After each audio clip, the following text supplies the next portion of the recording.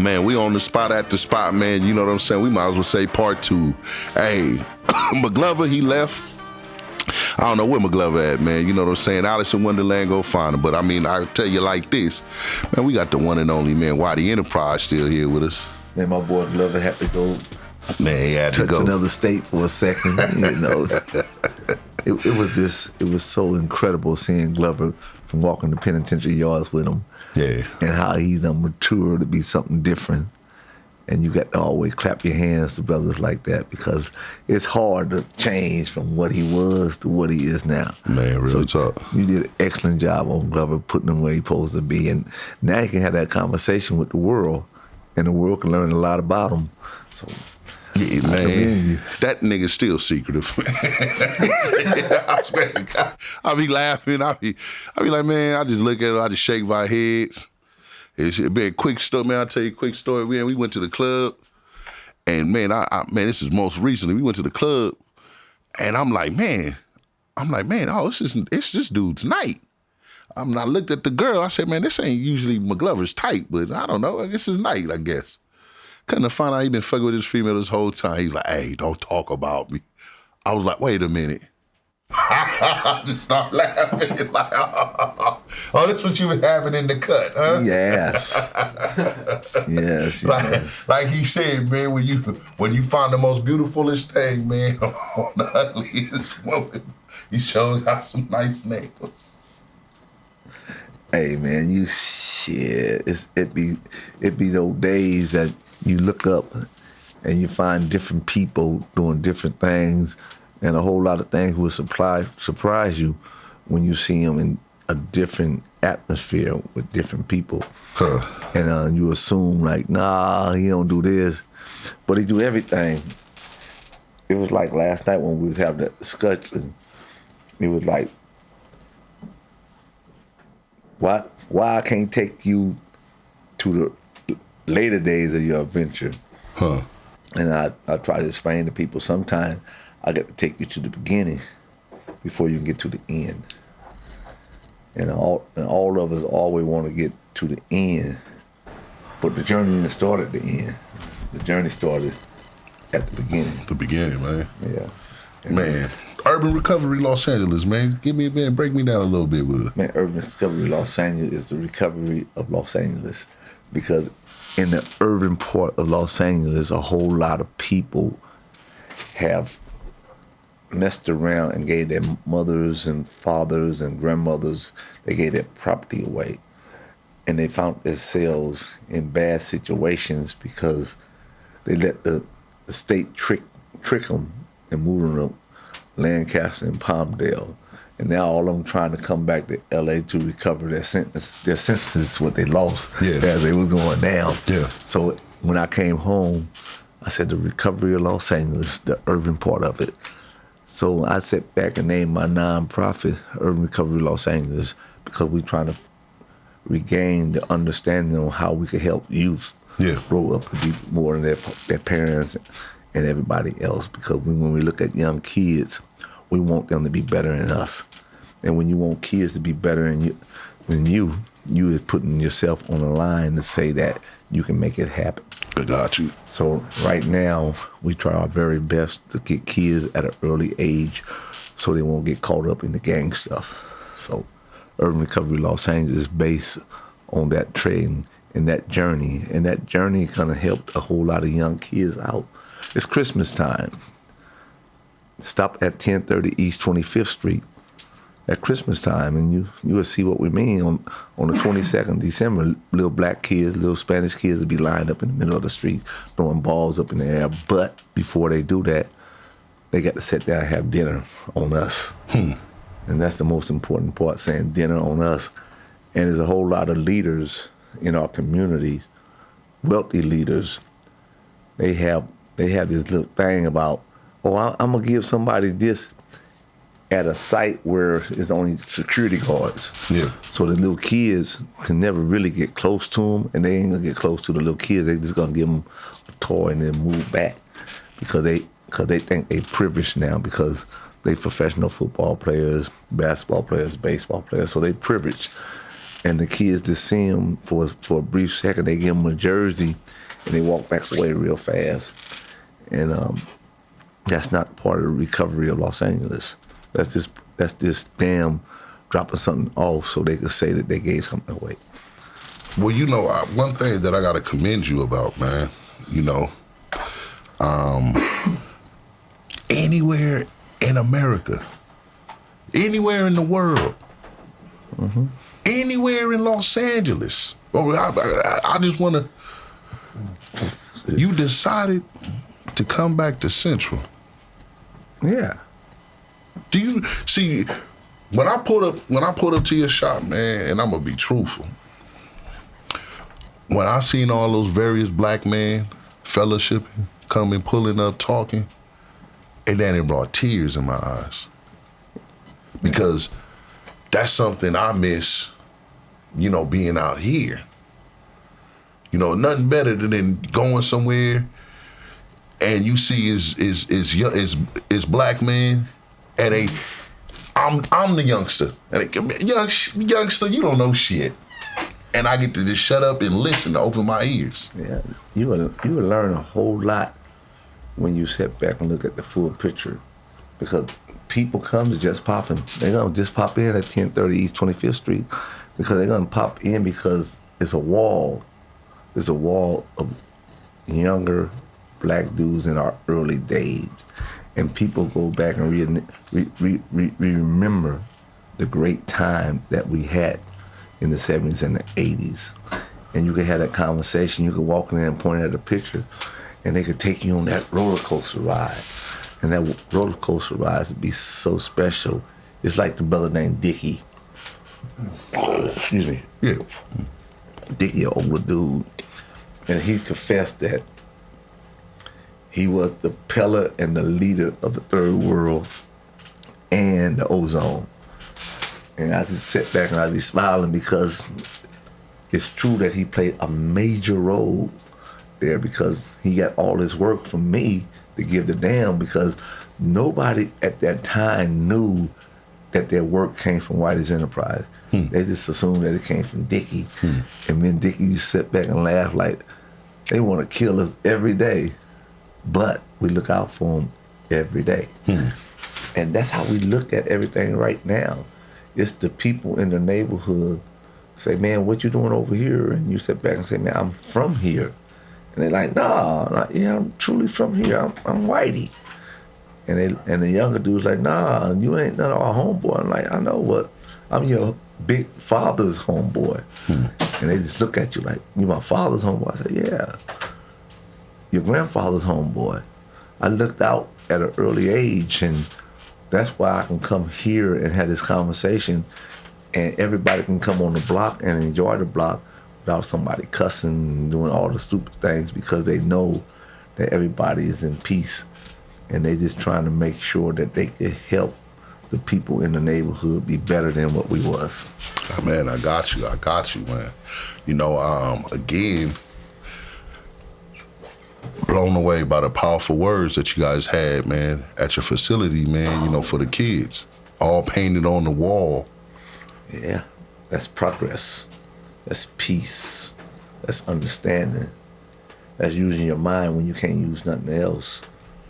It's also building bridges between each other to make you better as you journey through life. A whole lot of people say failure, but failure is not an option. But you may fail.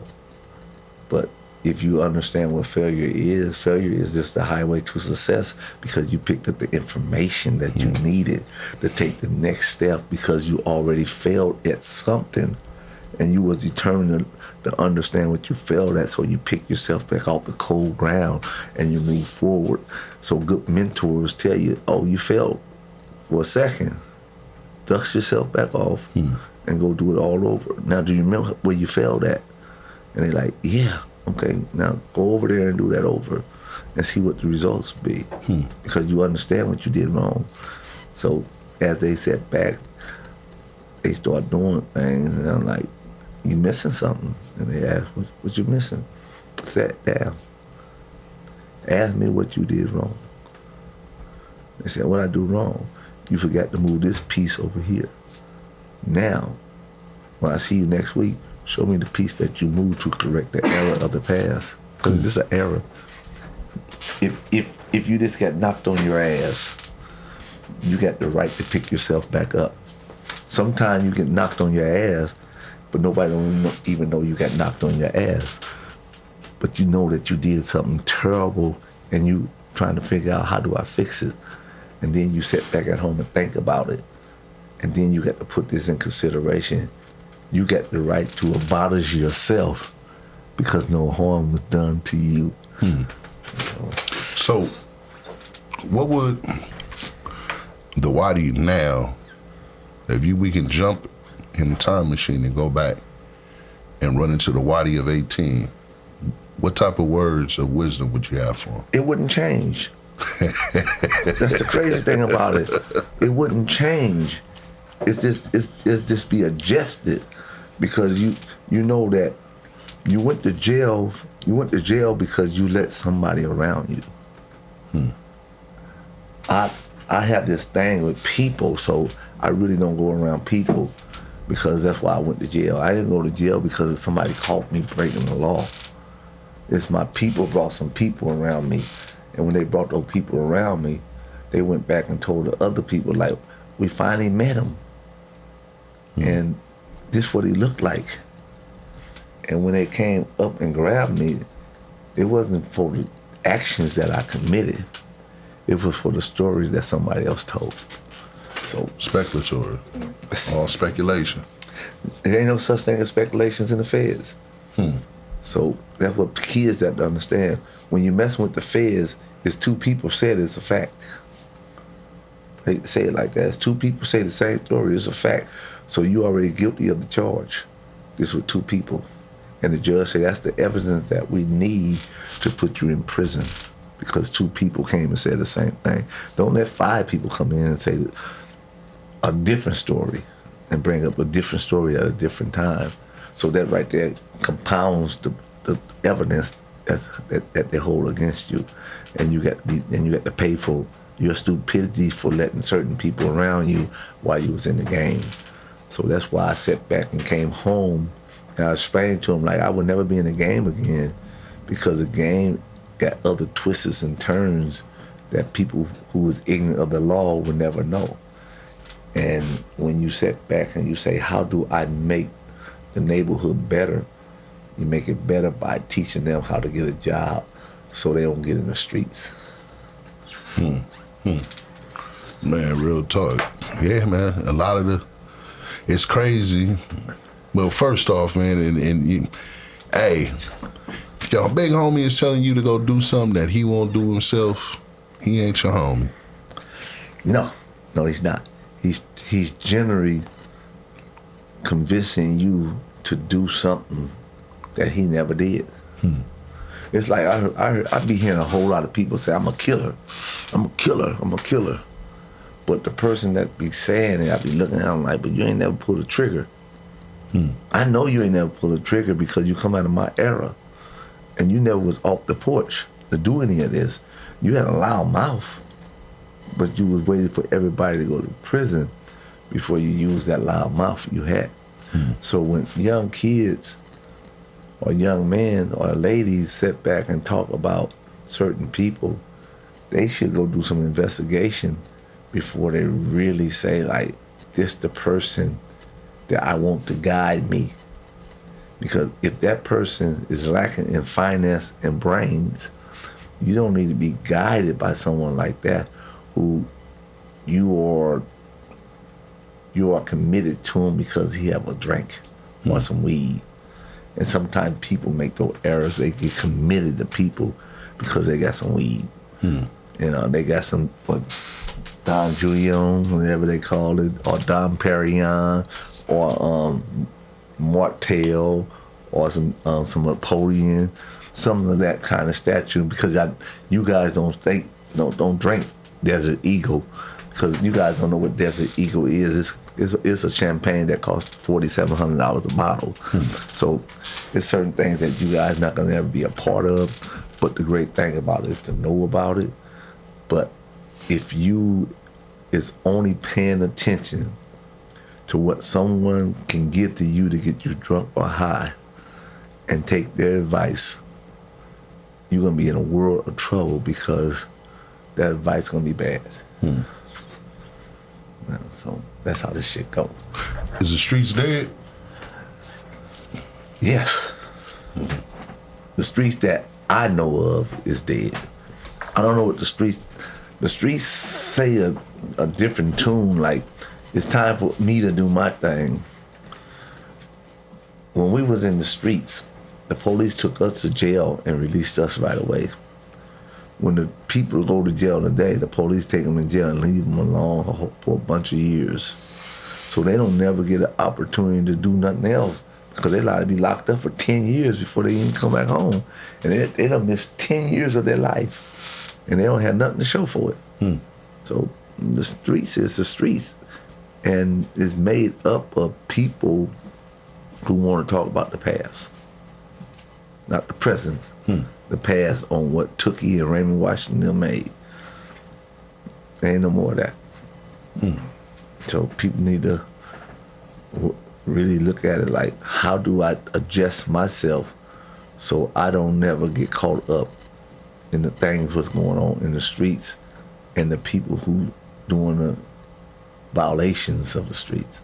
That's a good word for it, because there's a whole lot of violations going on where as soon as somebody get in trouble, they go sit down with those people and they violate you.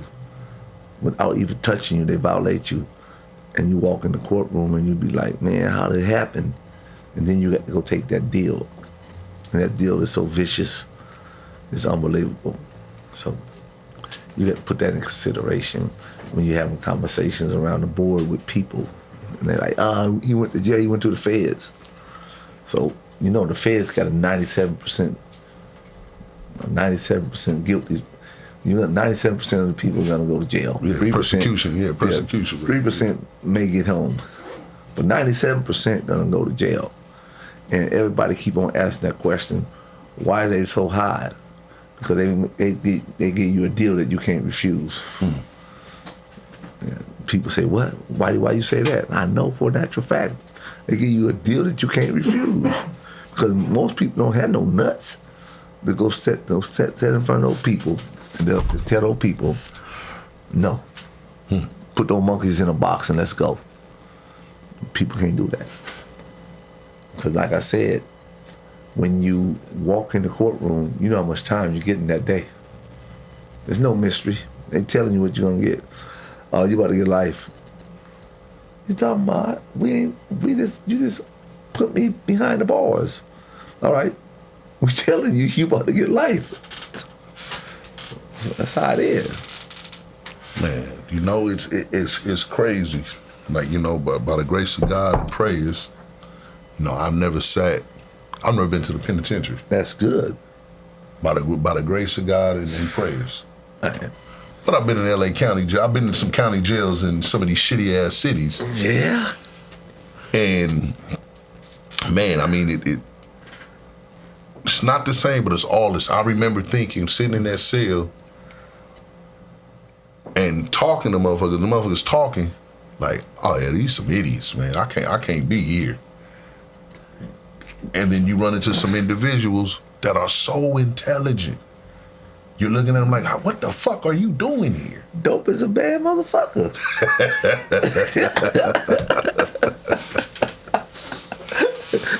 Man, so you know, man, I'm gonna ask you some questions, brother, man, you know, just kind of more history and stuff like that, man, by you being from LA, that a lot of people are not privy to. So, man, you ever meet Rick James? No, but my brother did. My brother used to do hair. Okay. So with me meeting Rick James, it ain't really meeting Rick James or Stevie Wonder. No, I don't mean, when you said hair, because that's crazy. That point of hair is crazy, because a lot of cats that I know that was money go-getters back in the day did hair in the 80s when I was growing up. Yeah. Because I see a gang of brothers and I'd be like, damn, this brother do hair? Where they be sharp, clean, everything, doing hair. This in the 70s. Huh. So my brother used to do French braids. Okay. My other brother did perms. Okay. I did perms. So we went to the Merck Beauty College on Vernon and Crenshaw. Okay. So, you know, doing that kind of thing, you Legendary, man. Woo, it's not there no more, huh? Nah, it's whores everywhere, right? Harry O and Dave went to the Merck Beauty College, you know. Because when you said that's what I said. When you said hair, I had to think about it, like, wait a minute. Hey. When I was coming up, and in the 80s, a lot of brothers did hair. You know, you in the beauty shop, and the young girls go to beauty school, you know, from Palos Verdes and all that. Yeah. They go to the school, and they live in the hills. The hills in the back of Crenshaw. Windsor Hills, where I lived at, you know, I had a house there over there, right? And you be rolling hair, you drop the roller right in the bitch dresses, right? And you just feeling like, oops, excuse me, you're playing with the dresses and all that shit. You know, you're this young, you know, you rich, and you high-sided, and you looking good. And it's the way that it kept the cheat off of you because, oh, he do hair. But we on the block selling heroin. But he do hair. Yeah, real talk. You know, so it's everything is camouflage. So Rick James was one of those characters, but Stevie Wonder, Little Richard, I had privilege to be in rooms with him. Yeah. But I didn't know him. Yeah. You know, my brother did. My brother talked that shit. And I be looking at him like crazy, like, these motherfuckers crazy. Like Natalie Cole, all that, I had privilege to run across them in the game that I was in. Yeah. So, you know, people do a whole lot of different things. Right? You know, for a few pennies, right? You know, for a few pennies, I could sell Tina.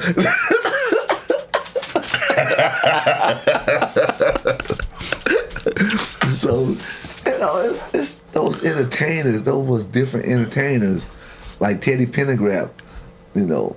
He used to come by the house on 52nd and get his work. And shit, next thing we know, Teddy Pendergraft, he in a car with a homosexual, then he killed himself on the highway. Real talk. They holler about he didn't know it was a man. Yes, he did. Hey, you know what? Now that you brought that up, man, because, you know, we hear the stories of Sunset, but a lot of times people don't talk about Santa Monica. Because Santa Monica was the fag. But it's been a lot of entertainment. Don't worry, we'll bleep it when we go into that. Don't even. But and this is the funniest part because I look at the history of a lot of entertainers that got caught on Santa Monica. But it's always, I didn't know. But everybody in LA know what Santa Monica is. Everybody in LA, you may not know if you come from a different state in there, but we know. Yeah, you talking about Santa Monica?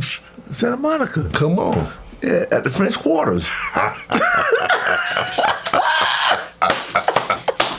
All the bathhouses and stuff they had around Hollywood. But man, it was crazy, right? I was mad at one of my friends one day. I said, I'm gonna fix you smart, you know. So we go to the French Quarters, you know.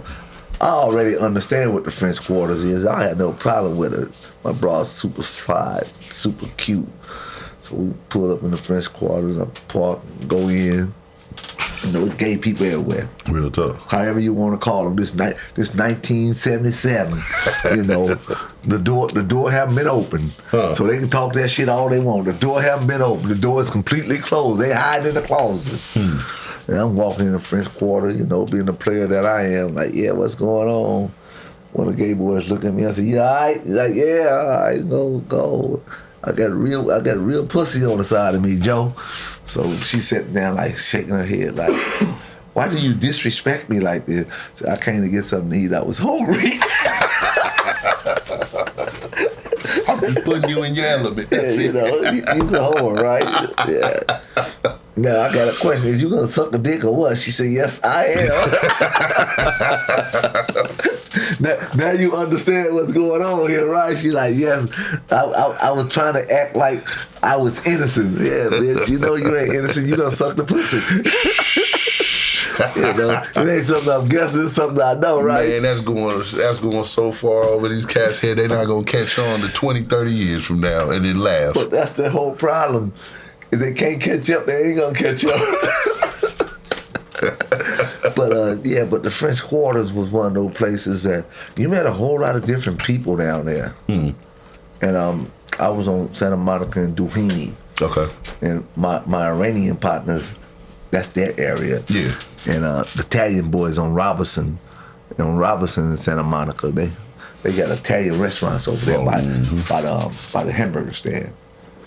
So we always go down that way to have conversations with different people of different races, and that's where we end up getting a whole lot of our work from. So this is the 70s and the 80s, and a whole lot of people wasn't privileged at that time to go out of LA because LA was a place where you never left your neighborhood. And dudes be talking that stuff, and like, you guys never left.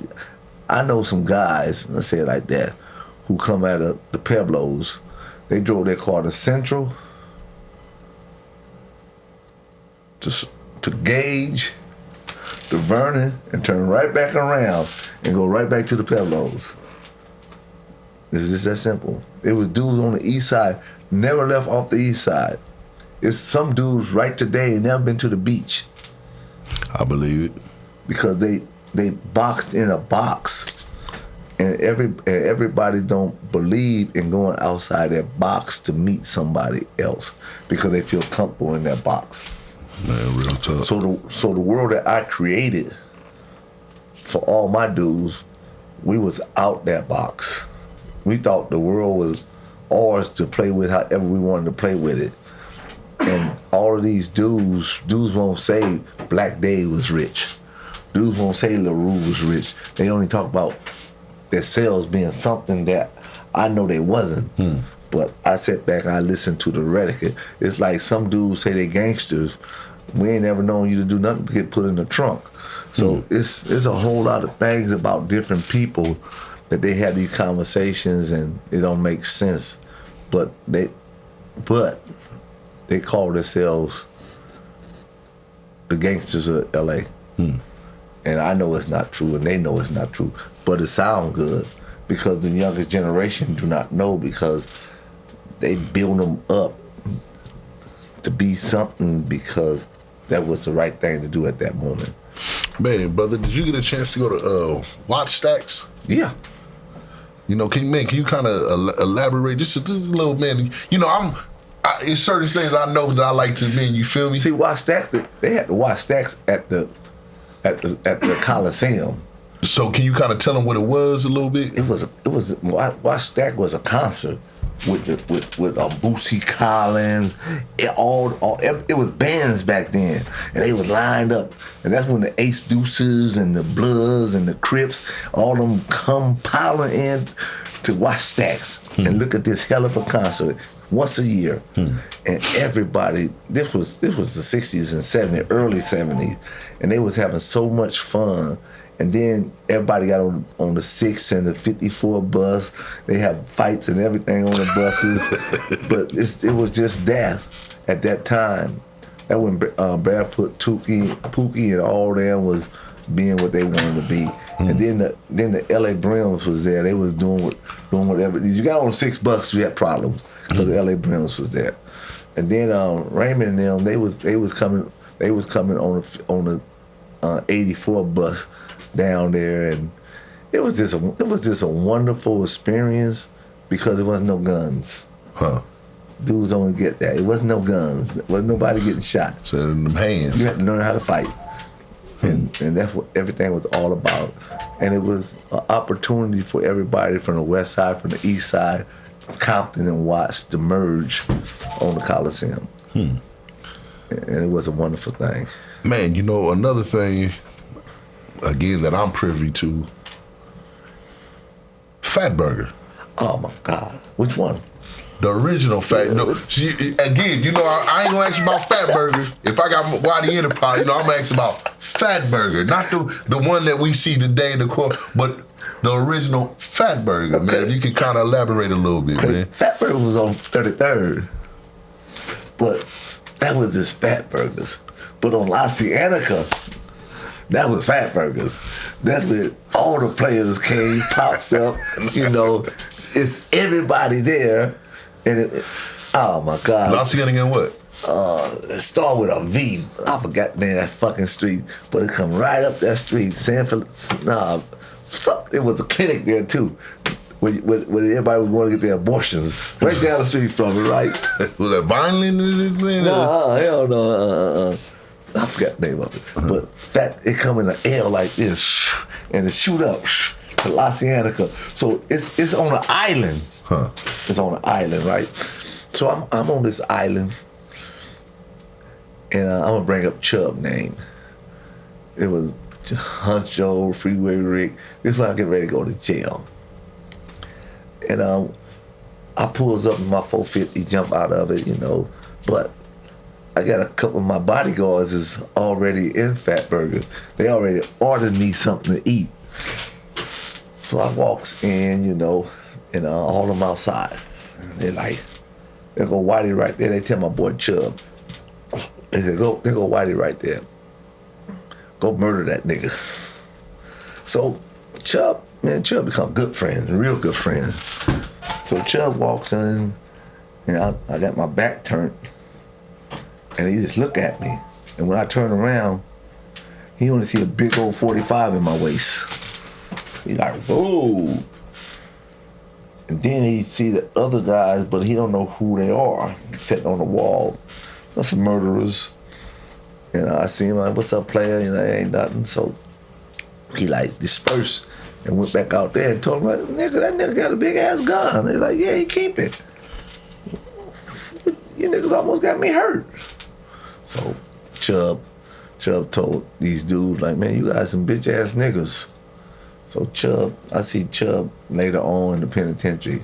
We walking, we talking. I'm like, yeah, Chubb. He said, man, you don't remember me, huh? I said, nah. He said, I came to Fat Burgers one night. I said, yeah. You just got out of your 450. I said, yeah. And he said, man, I was coming to get your head. I said, Chubb, you would have got murdered. He said, what you mean? I said, man, there were 2 or 3 bodyguards in there. When I come to the Fat Burgers, they already ordered my food for me. I'm just coming to pick it up. He said, but then when you came outside, like 15 lowriders pulled up. I said, yeah, that's that army. You know, everywhere I go, there's an army gonna be behind me. I'm gonna pull up first, and then that army gonna pull up. Like your army. You know, he's like, yeah, you know, I'm from Great. I said, yeah, you the boss. I know exactly who you is. You my partner. So he just laughing like, man, that night, I was getting ready to get you. I said, yeah, Chubb. I said, Chubb, you would've made it out that door. He said, man, my other boy told me the next day, like, you would've died, Chubb, that night. Because that dude keep bodyguards with him. But to me, they wasn't even bodyguards. They was just my team. Yeah. And they like, they got this thing. Is the head die, we dead. So we can't let the head die. Let one of our bodies die. So we continue to eat. But a whole lot of people wouldn't even understand what that meant because they so fucked up in the head that the head nigga, if he taking care of his team the way they want to, they'd rather sacrifice a body before they sacrifice the head. Real talk. And so me and Chubb, we sat back and we just talked so long. And my boy resting in peace. He went home from the joint. I was in Atwater USP, and he sent me a message by Petey Weekstraw like, Whitey, whatever you want, tell me what it is. I got you, baby. You know, I got you. Whatever it is, I got you. And 3 days later, somebody went and murdered Chubb. I was like, man, they killed my boy. Because, you know, when you in places, you get a rapport with people. And no matter what happened in the streets, sometimes the streets don't affect the friendship that you kindle with somebody else. That's right. And that's how we look at life. Like when we talk about Harry O, did what Harry O was supposed to do. Harry O got with Trump because Trump brought Harry O home. Yeah. And he was obligated by law, the law that we live by, to go back and repay a favor. Real talk. So Harry O went and repaid a favor. Is Trump gonna do Harry O another favor? Who knows? But the greatest thing about Harry O is that he kept his word to what he was gonna do in life. And Trump called a marker in, and Harry O was willing to pay that marker with no hesitation whatsoever. And today, they can sit back and say that, is Harry O the man that he should be? Harry O is the man that he's supposed to be, by keeping his word as a man for a person that went in the federal penitentiary and pulled him out and put him back on the streets so he could be the person that he was when he left. So I commend Harry O for the job that he did. I commend Trump for giving him an opportunity to reclaim himself where he's supposed to be at, no matter what the politics is. He got the chance to be Harry O, and he got that smile on his face again, and he know what he did was good for him. It may not be good for somebody else, but it's good for him, because that confidence level is so high that you can see him smile for him like, oh, you picked the right team. You know, when it comes down to it, in a sense, not even in a sense, it's the loyalty. Yeah. Loyalty always first. People don't understand, like, hey, sometimes you gotta align yourself, man, with certain political, especially when you out here moving, because if you don't, shit. Yeah, shit happens. You know, the Democratic Party and the Republican Party, they take turns running the world. So are you gonna sit back and say, oh, I hate these people, and when the other people come in power, you got to be out of power for 8 years? Or are you gonna use your common sense? Because if you pay attention to politics, the Democrats could lose everything they have, and they still gonna say, oh, we're about to fight this fight because we're about to fight the Republicans, because we want to be back in those seats in 4 to 8 years. So they have this big old fight while everybody else still crying about a loss. Oh shit, we lost for a second. We back at war. It is what it is. Yeah, we got trying to win our seats back. But you got all these women running here blaming another person for a political loss. What it crazy? It's a political loss. In politics, you lose. Well, you know, I went through the numbers. I went through the numbers of that whole election and was like, hey, look, sisters, 73% of brothers voted for her. 27% didn't. Yet, you motherfuckers' votes is only 12% in the election. So, if everybody voted for Kamala, if everybody, you motherfuckers, hey, you're 12%, it don't fucking matter. It's just how you said it is correct in all manners. But for some reason, the sisters who call themselves educated, I think they are some of the dumbest people in the world, Lord Jesus, when it comes down to understanding numbers. And when you look at the numbers is United States got the numbers of 13% blacks in America. It takes 50% for you to win the election. So you got to put this in consideration, that the numbers is 13% black, but the voting numbers is only 4 or 5% black that vote, because the other ones is kids. So how are you gonna generate the numbers that you want from 4% of America? Man, see, but again, of intelligence, as I'm sitting here with intelligence, you understand. Yeah, because that's when we go back. They say the black woman is the most educated person in the world, and you come back to say They only educated in certain fields, and they don't know how to crunch numbers. And then they educate themselves of being smart on what's going on around them and why they don't want to be around a black man. Every day you sit back and you look at them like, that black dude is retarded. I can go it alone, and I don't need no man. So when they need a man, they say, "Oh, I need you guys to do this." Why? You just said you didn't need a man.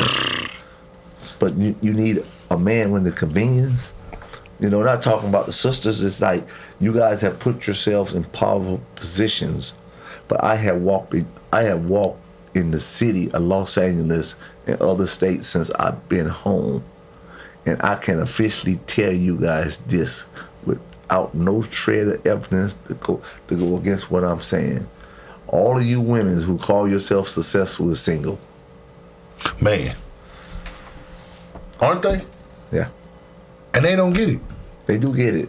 They is sitting back crying every day. I don't have nobody to keep me warm at night. Because they sat back and said, I'm going to get me a career. And I'll elaborate a little farther so they don't have a misunderstanding of what I'm saying. They can cuss me out and tell me whatever I want, whatever they want to tell me. I have sat in the room with sisters who look like me. And they told me this right here. They said, Whitey, I fucked up. I fucked up. Instead of getting me a man, I paid too much attention to my career. And now I can't even have babies. Well, see, this is the crazy part. I'm a firm believer God gives you what you ask for. Yeah. 2000, all you women was screaming independent. That was making us all independent, I-N-D, independent. I'm like, okay, well, God gave you what you want. 24 years later. They gave you what you want. God gave you all your independence. And you mad because I'm looking at you like, ew. Because hey, man, maybe it's just my eyes. But I've seen gentlemen that was 80 years old with a woman that was 21. I didn't see too many women. I ain't seen no women that was 80 years old with a man that was 21. So I knew then I had the power of being me as being me. Yeah, because it still come to the point that a woman get older and their body start breaking down. And then their understanding of love just disappear because they put themselves in a position where they refuse to love somebody and they end up being bitter at they seen the results. And that's the fucked up part. They seen the results of their success. And when they look for the other 20 years of their results, they see darkness because ain't nobody there to hold their hand. They may get lucky and somebody may creep through the door and say, hey, you did a little bit for me, so I can feel free to say, let me enjoy the rest of this time with you. But a whole lot of people, like, I got one kid and I stopped at 22 and now I only got a grandkid. But the grandkid can't keep her warm at night. So now she's miserable. And the only thing she can do is just cry out and say, you dudes, you black dudes, you guys ain't no good because you didn't help us. Where they should have said, we are guilty of not helping you.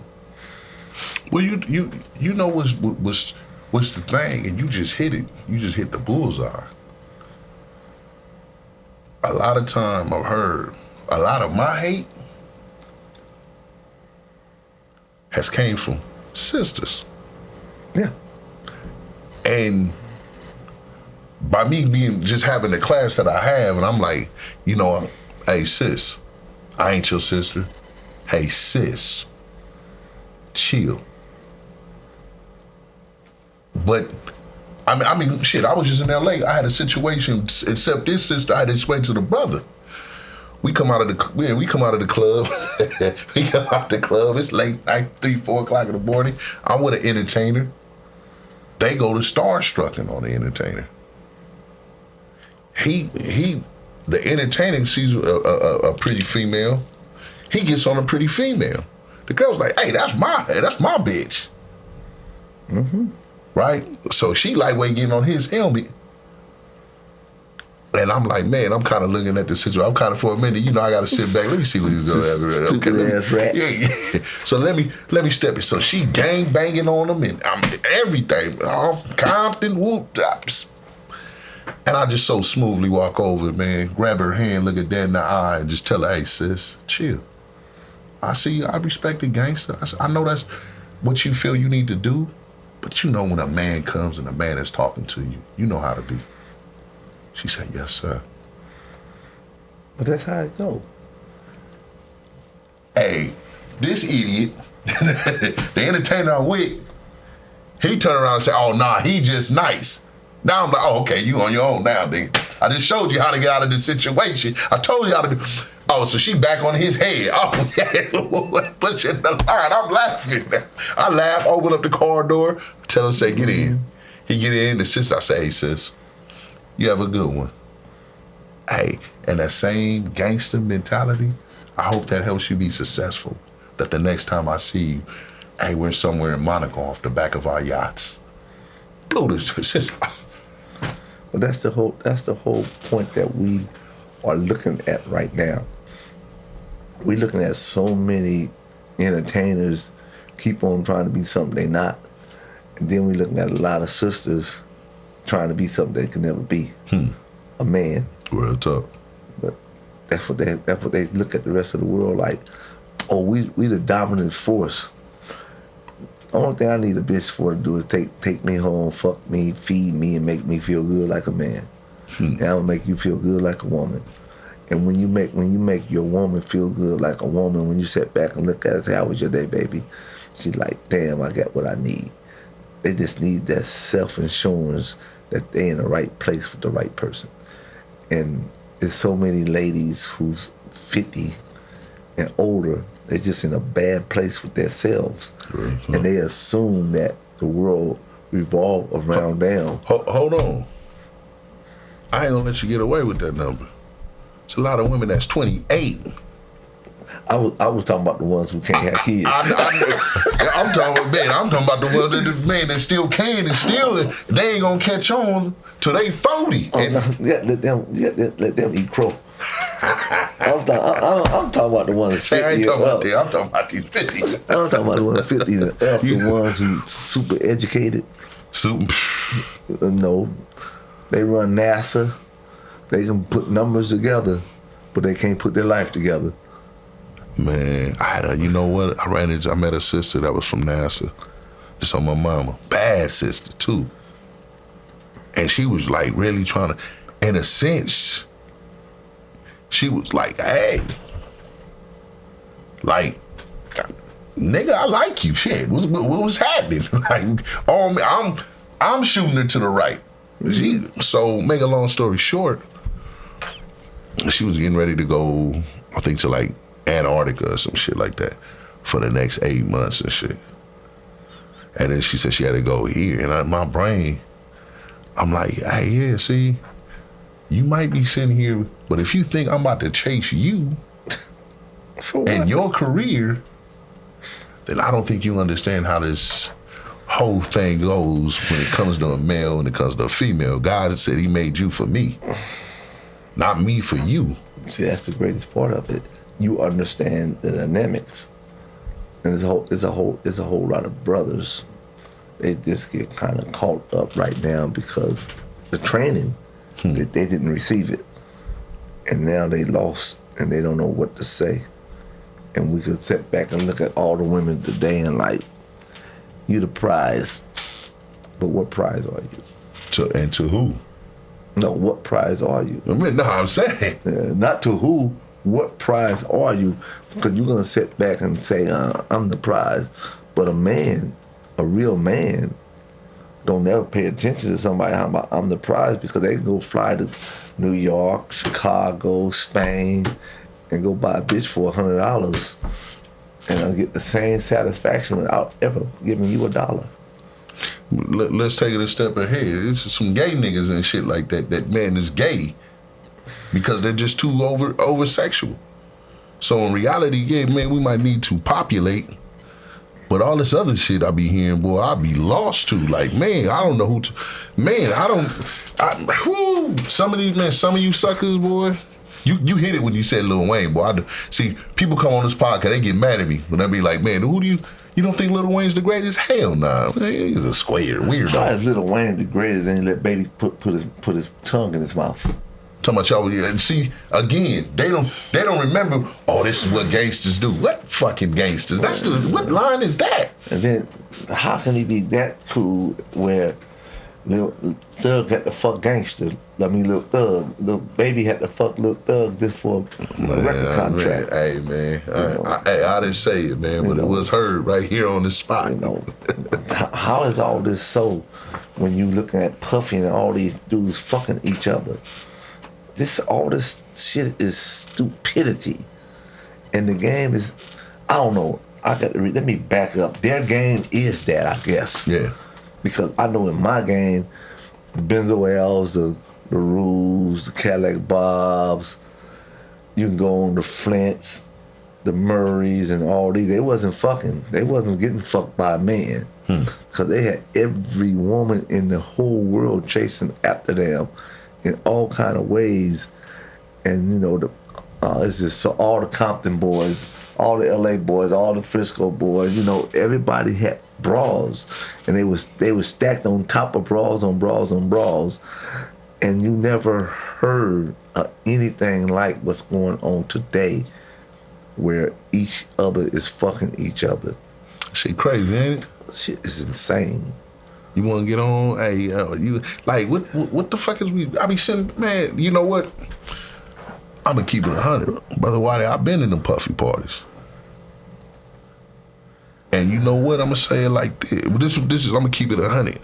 Puffy party was no different than any other supposedly Hollywood party or New York party or Miami party. Only difference was, I'm just keep it real. You ain't knocked a bitch by 2 a.m., nigga. What the fuck is you there for? Man, I thought when you walk in the place, the bitch is knocked. Man, hey, she already knocked. We stayed longer just to have a couple of drinks and listen to a little more music. But in reality, I should have been gone an hour ago. Yeah. But after 2 a.m., like seriously though, what the fuck is we talking about? My boy Flint was bad young motherfucker. And him and Blackjack gave the biggest, greatest parties that you can possibly get. And when you used to walk in the Hilton Hotel, Beverly Hills Hotel, and Flint and them, they done laid it out, and whores is everywhere. And when you walk through the door and you looking like you worth about 10, 15, 20 million, and they already know you worth it, and they whispering like, why are we still here? And her girlfriend said, yeah, why are we still here? Both? Yeah, why are we still here? And I asked this question because why are you dudes still there? Where every broad in America have showed up. For you. Yes. But you choose to take a dick instead of some pussy? Man, come on, man. You hitting them. That's the crazy thing.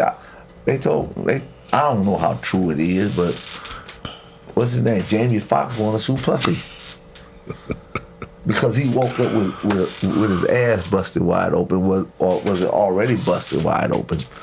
So he went in a coma for 6 months or 8 months trying to recover from whatever Puffy did to him. And now he pops up saying, I'm suing Puffy because I felt like I was violated and I don't want that tape to come out. You don't got no choice about that tape. The federal prosecutor got that tape. You can't stop that from being took out of discovery. That's in discovery. Discovery, the prosecutor and the defense get those tapes. Puffy know what's in them. Puffy know who to call roll call.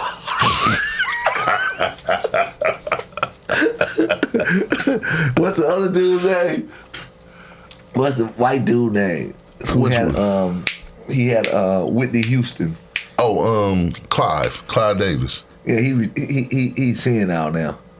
You know that, right? Yeah, you see now? Yeah. All the way? He don't remember nothing no more. I bet you don't. I wouldn't either. I bet you don't. Clyde been tossing these niggas up like a salad. Come on, man. Oh shit. You know what? Look, this on my mama. But man, and again, I've been in a situation where something weird could have happened, but it was me tossing the motherfucker like, man, what the fuck is you doing? Yeah. And shit, man, I'm in a function, I'm in a Hollywood function, and motherfucker touched my leg. Just real spill. I'm sitting back, and the motherfucker touched my leg, and I looked over at him like, man, what the fuck? You know what I'm saying? I'm like, man, what the fuck? Did it take a minute just to calculate? Did this nigga touch my leg, or did he just bump into me? And I looked over, and it's a white dude. And the motherfucker asked me, man, how famous do I want to be? And I swear to God, brother, while I may not man, I'm 6'1", 245 pounds. I channeled every strength from my ancestors that I could. Grabbed him by his neck, and when I say toss him, with everything that I got, tossed him, he fell, head hit, boom, hard to the motherfucker. People looked at me like I was crazy. I said, and then, you know, I had to put the actions on it. So don't ever call me a nigga. You know what I'm saying? But in reality, well, I ain't trying to get case. I done fucked around. I done blacked out. You know, I done blacked out and came back to my senses and came out of, oh shit, I'm about to bust this white boy head. Let me get out of here. But you know, that's what fame do to you. Oh man, you know, that's what fame do to you, right?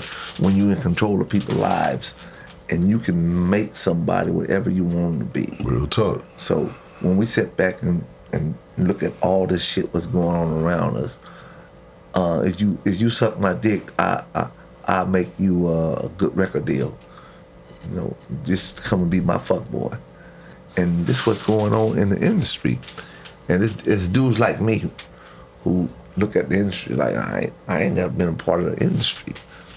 I know Harry O'Neill, they've been part of it.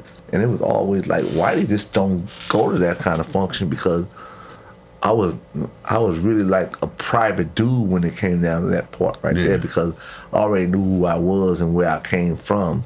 And I just couldn't see myself going around people that I thought was punks. Real talk.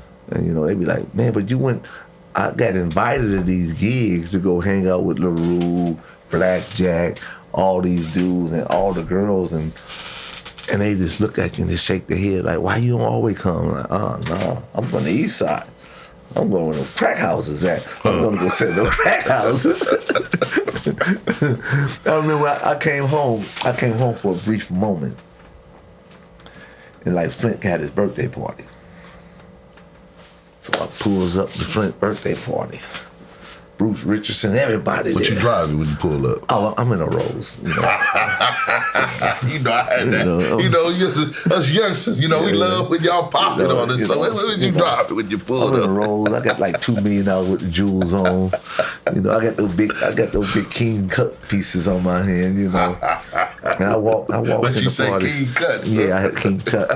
You know, I had the shit that other niggas couldn't even understand. They didn't know what baguettes and barbers and all that shit was, right? And I'm in a party, and Flint partying like a motherfucker. Rosario looking at us like, what's up, Rosario, you sexy bitch?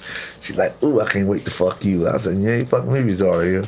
So we sitting there laughing. My niece come like, what's up, babe? Like, hey, hugger, how you enjoying your party? She at this time, she about 20 years old. She's like, I'm good. I said, your limo pick you up? She said, yeah, my limo picked me up. Me and my girls. All right, cool. So Flint walk up, let's go take a picture. So, you know, he got a bunch of shit on too. You know, two players. We sat taking pictures, laughing. So we at 12 o'clock, the dude get on the mic and said, is Flint your father keeper? Everybody reacted, yeah, Flint, my father keeper. Is Flint the brother keeper? So I'm dancing with a bitch on the floor, you know, it's all right with me. And the bitch like, yeah. And the bitch like, why you ain't say nothing? I said, what? he ain't my keeper, bitch. I'm Whitey. You know? So the dude just turned around and looked at me like, what you mean? Flint ain't you? Hell no, I'm Whitey. I'm Whitey from Whitey's Enterprise. So Bruce Richardson and the rest of them, Abbott, all of them, like, yeah, he's a father keeper. So one of the girls look at the dude like, that's Whitey. But dude at the company, he like, bullshit. So Flint grabbed the mic and said, Whitey, come up here, bro. It's my motherfucking big bro. Get up, what's up, baby? Hug him. I said, Flint ain't my keeper. I'm Whitey from Whitey's Enterprise. So Flint like, yeah, this my big brother. This my nigga. So we just sat back and we laughed about it. So when I came down, Tangi looked at me like, who the fuck are you? I said, bitch, I'm Whitey. She's like, damn, I'm fucking you tonight. I'm like, no, you ain't, bitch. You fucking my partner over there. But it's Hollywood. Hollywood had changed so terrible, where players used to be players, and they was all into what they was into. They was into bras, and we had trophy cases on the bras that we was fucking. It's like it's a bra named Bridget. Had the best head in America. God, best head in America, right? So Daft at the skating ring. Daft like, yeah, I want to fuck this bitch right here. And the bitch said, Daft, I'm on my period. Daft said, shit, I'm missing out. She said, no, you ain't. Let's go. When Daft came back up to the skating ring, she said she had the best head in motherfucker. She put me to sleep. I was like, ooh-wee. Oh my God, right? But this was all get down. Yeah. And it was like Heidi and all these bras. And all of them was somebody who was somebody. And we sat back and we like looked at all of them, like Renee, Dean, all of them were hustling bras. And dudes won't give these bras their props, like Lisa, all the Benzo girls, you know, the girls from Whitey's Enterprise, they won't give these bras their props. And some of the Cartier boys had some bras who was hustling, and they was moving way before Freeway Rick and them even came about. So these bras were already in the game before these niggas even stepped on the playing field. And when you seen them, they looked like they was models stepping out of cars and stuff. And they was going down there on Wilshire, and they was paying $250, and it wasn't no weave. It was just their natural hair. They used to shake it, and they looked so damn sexy that everybody was like trying to bump one of them. If I bump this bitch, I may get a sack. And like Yaya, it was just so crazy. Rachel, Tracy, it was just girls on girls. Goldie, Titch, they was like that. And then it was Blanche, and then Blanche had a heroin sack that a nigga didn't have. So Blanche was really with her freckles all in her face. You know, she went to the jailhouse, came home, sucked a little pussy, but she was still in it to win it. So the whole landscape was kind of like different. And you had these bitches, they selling water, they flying up in D.C. to hit them with gallons and shit. Fly up in Maryland, get somebody connected in Maryland, but the dude really from D.C., but he got them think he's from Maryland. It was just so crazy. And then you turn around and you hit a couple dudes out of Baltimore, dirty them. They got some heroin, so you go hit them off. But they don't want no brown, they want some white heroin. So you got to switch up and go get some China white and hit them off over there in Baltimore and New York. And they taking a 12, you get it taking a 22, you give it to them taking a 12. So it was just so different. And when they look up, they like, damn, what's going on here? And then Black Tommy pull up in New York and he take over the Brownville. And all the dudes love him because he's an LA dude with a big ass cocaine connect. So everybody is working with everybody. And dudes is like, damn, these niggas in LA done went everywhere up in Detroit. The Walker family, the Taylor family, they all down there. And they getting hit by all these players coming in and out the town. But all of them from LA dudes, you know. So everybody tried to give these other characters all these props. But LA was so big that it never was 7 giants, was 100 of them, and everybody had the biggest sack that you could possibly ask for. And on top of it is one of them fell by accident and the police knock them off, somebody else go give them, like, here go 5 keys, and they get back on your feet. Because that's the way we got brought up, to help each other. And I could say I started a trend that I was very happy to start, and everybody lived up to that trend. So I sat back and I commend all the brothers who's alive for looking out for the brothers when they went down, and try to give them a helping hand so they can get right back on their feet. So it's crazy. Man, you know, it's a very much a point that you say that, man, because, you know, I live by that.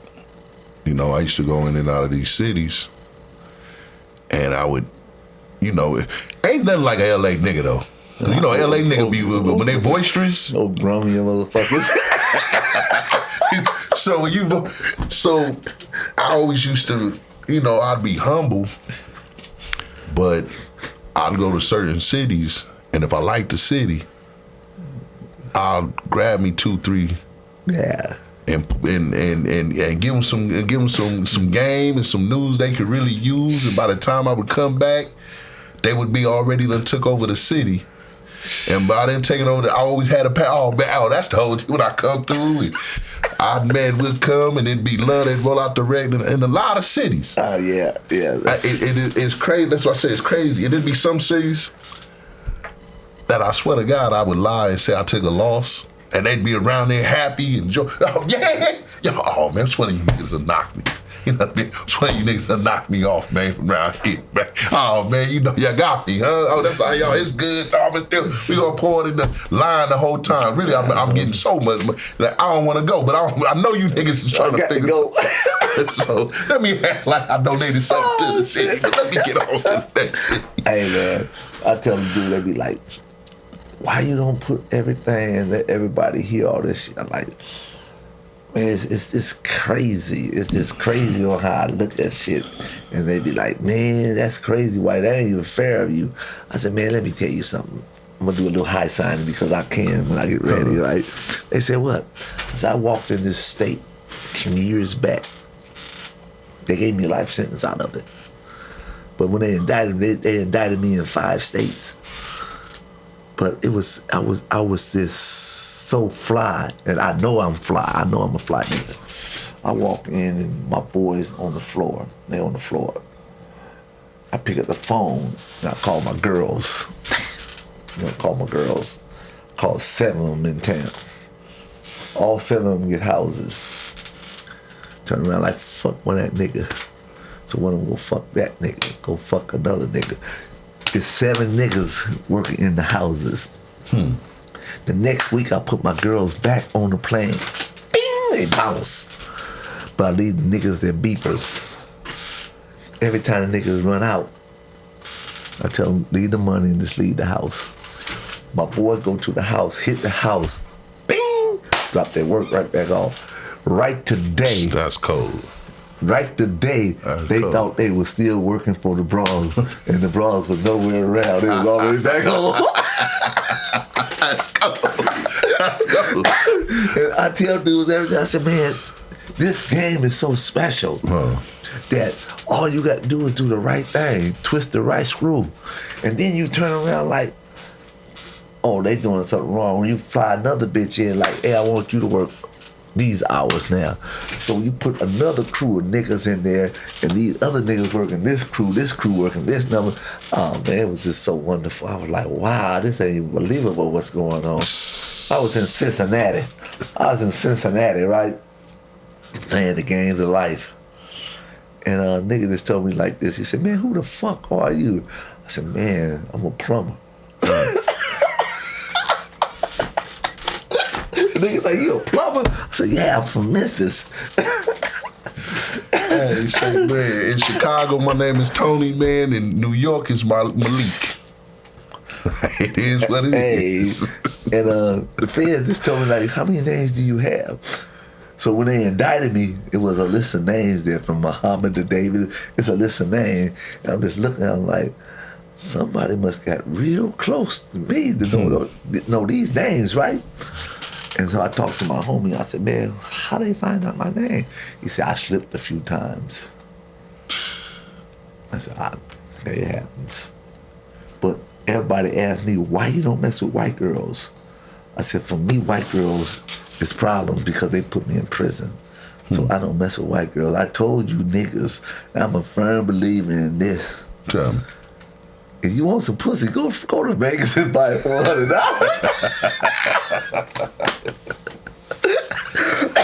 And they look at me like, huh? I said, look, man, I know pussy is good. You know, when I was in the game, really deep in the game, in my early years in the crack game, you know, I was really in my early. I seen the most beautiful bitches turn out. I seen whatever the bitch who used to dance with Michael Jackson's Thriller. I seen my dick in and out of her mouth on a regular basis for a couple weeks. And then I turned the bitch over to the other guys and let the other guys destroy the bitch, right? But you know, it was so much because they all start smoking cocaine. Yeah. And you different know, time though. So when you start smoking cocaine in 1982, and there's only 2 niggas around that got rock houses, it's a whole different ball game. So we fucking everybody in the whole city, white girls, black girls, Chinese girls, we fucking everything for a little bitty rock. Real talk. So I tell a whole lot of players, I'm like, you guys would never got no pussy if there was no rocks. And you know, man, that's funny. It's crazy. Nah, but you know what? It's every generation though. Yeah. Because nobody knew the outcome of where it was going to turn to. No. I said that about ecstasy. I remember when ecstasy hit in the 90s, nobody knew what the outcome was going to be. I seen when the pharmaceutical decided they wanted their money and they kicked their game in, nobody knew what the outcome was be. And then as it going down, I'm looking at fentanyl. But you still at the same place. You still at the pharmaceutical. So they never let it go. Yeah. So how it really went? We popped this shit. This is how I like to pop. Because I talk about it.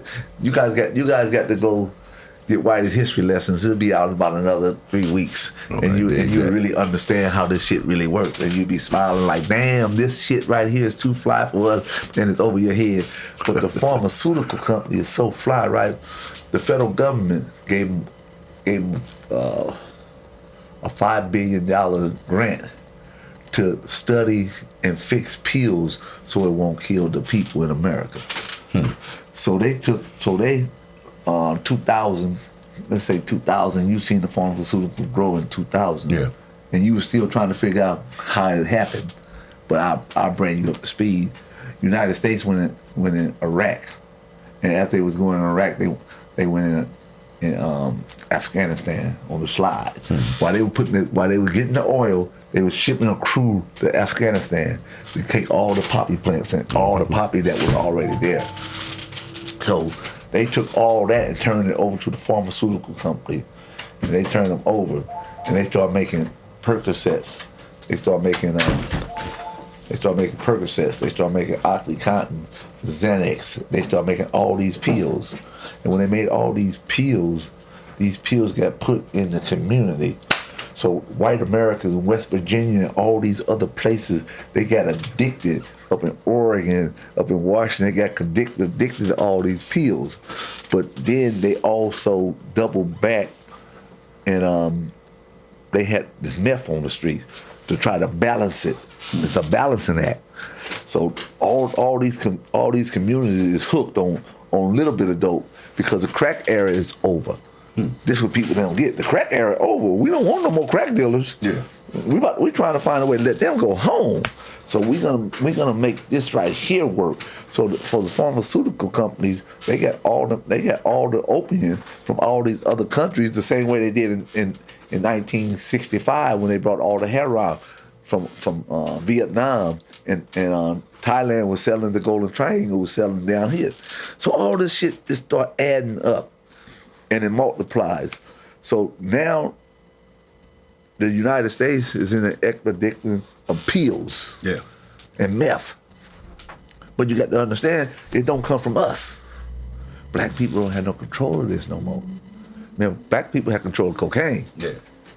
So now they got white people in control of the pills, and they got doctors writing scripts. Here go 300 pills. Oh, how many? You need some more? Here go 9 more hundred. So they was just passing them around. These dudes were paying for OxyContin 80s, what they were paying $120, and for the 30s they was paying $40. So now the local black kids, they getting some money, but they going to jail for 10 years and 6 years for OxyContin for scripts. So everything is working out the way it's supposed to work. But here go the flip side. This other fly ass shit that you guys miss, because a whole lot of people gonna miss it because they still haven't called it. They got Bill Clinton leaving the White House. He leaving the White House. It's $4.7 trillion in the White House in surplus money. So George Bush, he's like, here, take this money. We got to give it to our people. So he gave the money to his people, the 1% who run the country. So they gave everybody else some crumbs. They said, okay, well, shit, you're spending too much money on jail. So he came back in 2007 and he changed the crack laws. Let them go home now. So we're going to change the crack law. So he changed the crack law, and he whispered in Obama's ear, finish changing the crack law. I changed part 1, changed part 2 and 3. So he changed part 1 and part 3. So you've seen a flux of black people coming back on the streets. But what was missing was no money. And they couldn't get no money because the appeal system took over the streets. Yeah, the pill epidemic, man, is something atrocious. Like, yeah. I'm sitting, like, we watched the crack, but the one thing about the crack epidemic, man, it was some hustling motherfuckers, boy. Because it was black. They was some hustlers, boy. You can get, man, hey, like, look, man, hey, St. Nick, look, check it out. I'm going to drop your engine out. I'm going to put it back in. Yeah. It's going to be running and ready to go all in the same day. Yeah. For about $40. Yeah. It would be like, what? This was going on. But see, meth is a whole different thing because of the opium. And no, OxyContin the pills, is opium. So meth is a chemical. It keep you up for days, so they can do whatever they want to do because they stay up for days and days and days. So when you had an opium, they taking the opium pills, shooting it, and whatever they could do with it. So now you got a situation that people, they hustle different than how the crack kids hustle, because the crack kids, they had to smoke. I need that $100. So they're gonna do everything extraditionally. Why the people who mess with meth, they do talk to themselves. Yeah. That's why you see people talking to themselves around here. And then the people who using meth, the pills, they out of control because they don't know how to function under the situation because they got to be in a nod. So in reality, both of them need to take it at the same time and shit like that so they can evenly be out. They're overdose. So it's a no-win-win-win in no kind of way. So one section of white people is using meth, and the other section of white people is using opium pills. So what they had to do, they had to go in the courtroom and cut the time because they couldn't destroy the people that they have using this stuff because they don't look like us. And that was crazy because, like I said, when I got here, when I first got here, and just, Seattle. Yeah. These were some money-getting motherfuckers. Yeah.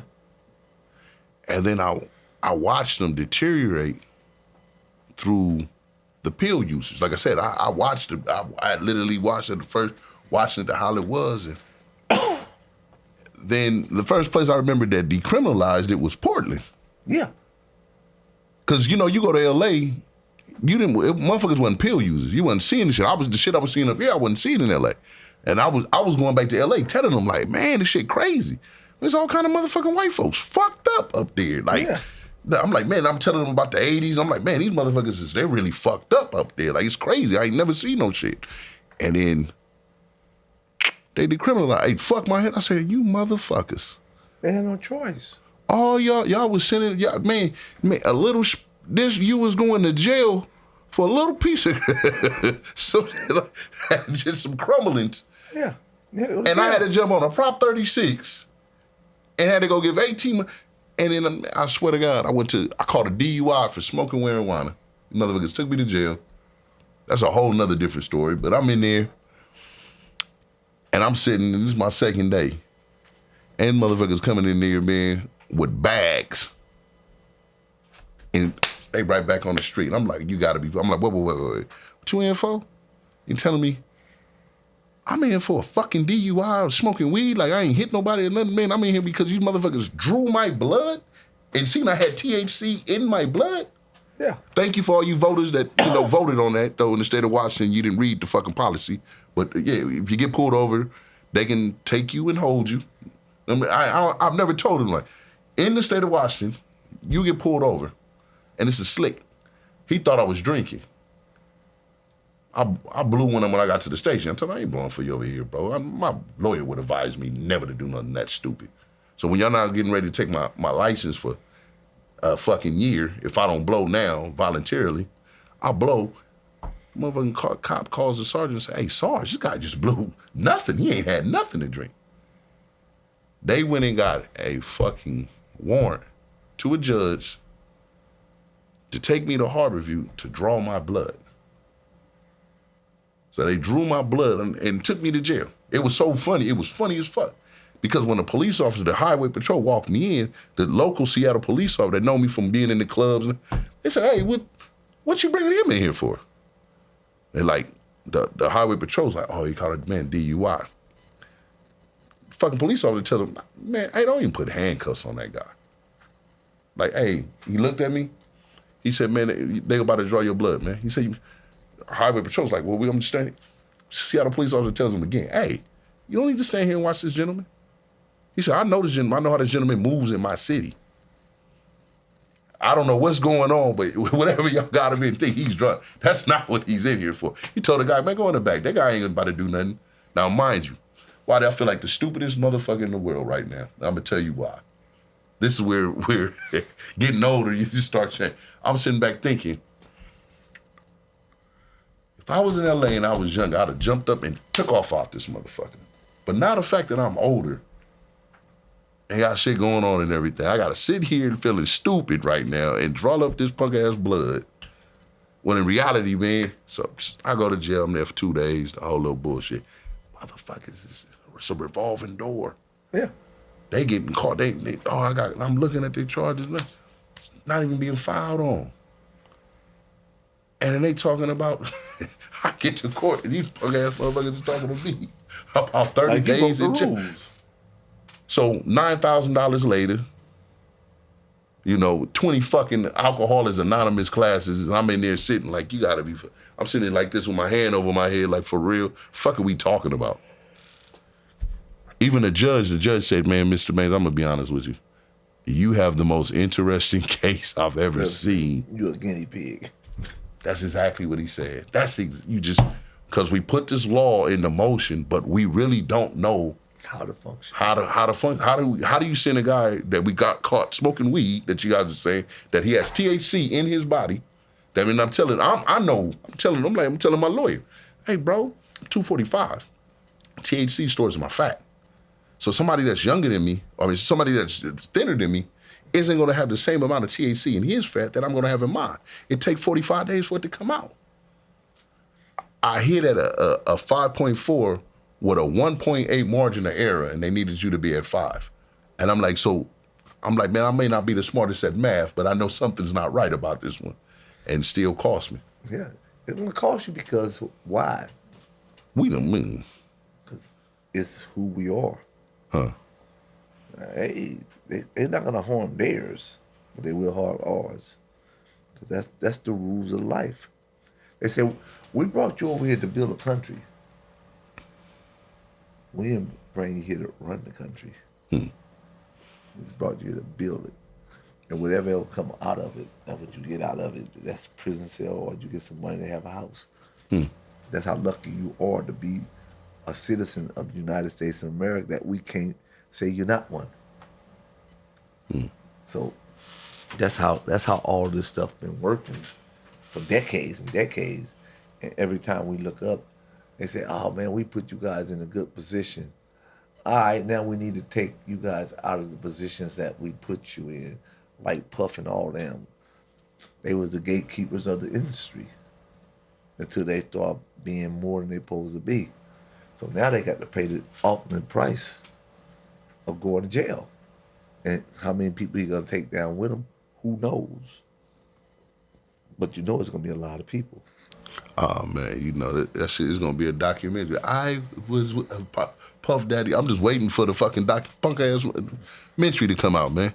We gonna see all these motherfuckers. The only funny part about it is it's gonna be a whole different type of shit we ain't never seen.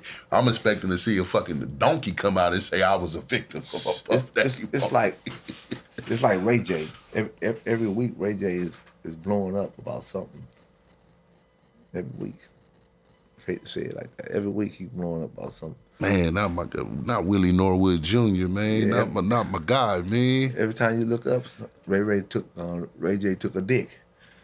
Oh, you know, not my Centerview guy. Yeah. Oh, man. Good kid. Man, good brother, man, for real. He turned the Kardashian bitch out, you know. Oh, yeah, he did his thing with that. He did a great job, still crying over her, you know. But, you know, a rampage the other day, I'm going to tell everything that I know. A rat, you know. What rats do, you know. That's like your boy, what's your boy name? Oh, shit. Who? Your boy Drake. Oh, Drake? Yeah. Man, what the fuck is Drake doing? He's so far off balance that I'm gonna sue Spotify and do this, and everybody like, nigga, you a rat? Nigga, when you was getting all these millions and millions of dollars, you wasn't being a rat? When they was making sure that you was cool, and now you're gonna sue them? You know, when you sue somebody, that's the same thing what happened to Puff. People don't even know that, right? Puff got caught up talking about the liquor that he was supposed to have. Yeah. And the next thing you know, Puff was indicted because the white people and the Indian people came together and said, he's too big for his own damn good. So let's put his ass, take him down to his side. He didn't play the game. He didn't. You know what you signed up for. You signed up to be the face. You the idiot if you thought we was gonna give it to you. Yeah, you know, we know that you've been sucking dicks and everything else. We know you've been beating up these girls. We know everything you've been doing. We got evidence and we know where to find it at because we happen to be at your house getting fucked too. So you done gave some great parties. You done had some great orgies, and we done fucked some little black boys and some little white boys. You know, we done fucked Justin Bieber and the rest of them. You know, so now what is it? It's time for you to pay the piper because you want to act the ass. So what do you do? Do you remember what we did to the black community from 1983 to 1997? We destroyed that motherfucker. We put all of them in jail. Now we're about to put all of you and your crew in jail. Whatever dick was sucked, we got it on tape. We're going to take your ass in front of the court and make you look just like you are, a piece of shit. And that's what they're about to do. You know what's crazy, though? A lot of motherfuckers is going down for the shit they did in the 90s. When you think about it. No, in the 2000s. You know, the money didn't generate, like Puff and them money didn't start generating in 1997 when you right. It's in the early but it's the 90s for me, but you're right, it's the early 2000s. But yeah, you right in the sense the early because man, they done went after my guy Russell. They done went after R. Kelly. Yeah. They done went after now they after Puff. You know, everybody in the 90s coming up to the 2000s, it's like, but old motherfucking Playboy himself, he sure made it up out of here with his slick ass. Hugh. All this shit happened we from LA. We are all at Hef's house, but he slid his ass right up. We watched this old man in a fucking diaper with 3 gorgeous bad bitches and shit every weekend, cheering him on, looking at all these, not sitting back thinking. But you know why? Because it wasn't time, right? You know, dominoes fall different kind of ways. You know, I'm a player. I know you're a player. But dominoes fall different ways. They say, okay, the heroin era, dominoes fell. The water era, dominoes fell. The cocaine era, dominoes fell. So now they got to find another era. The era was pills.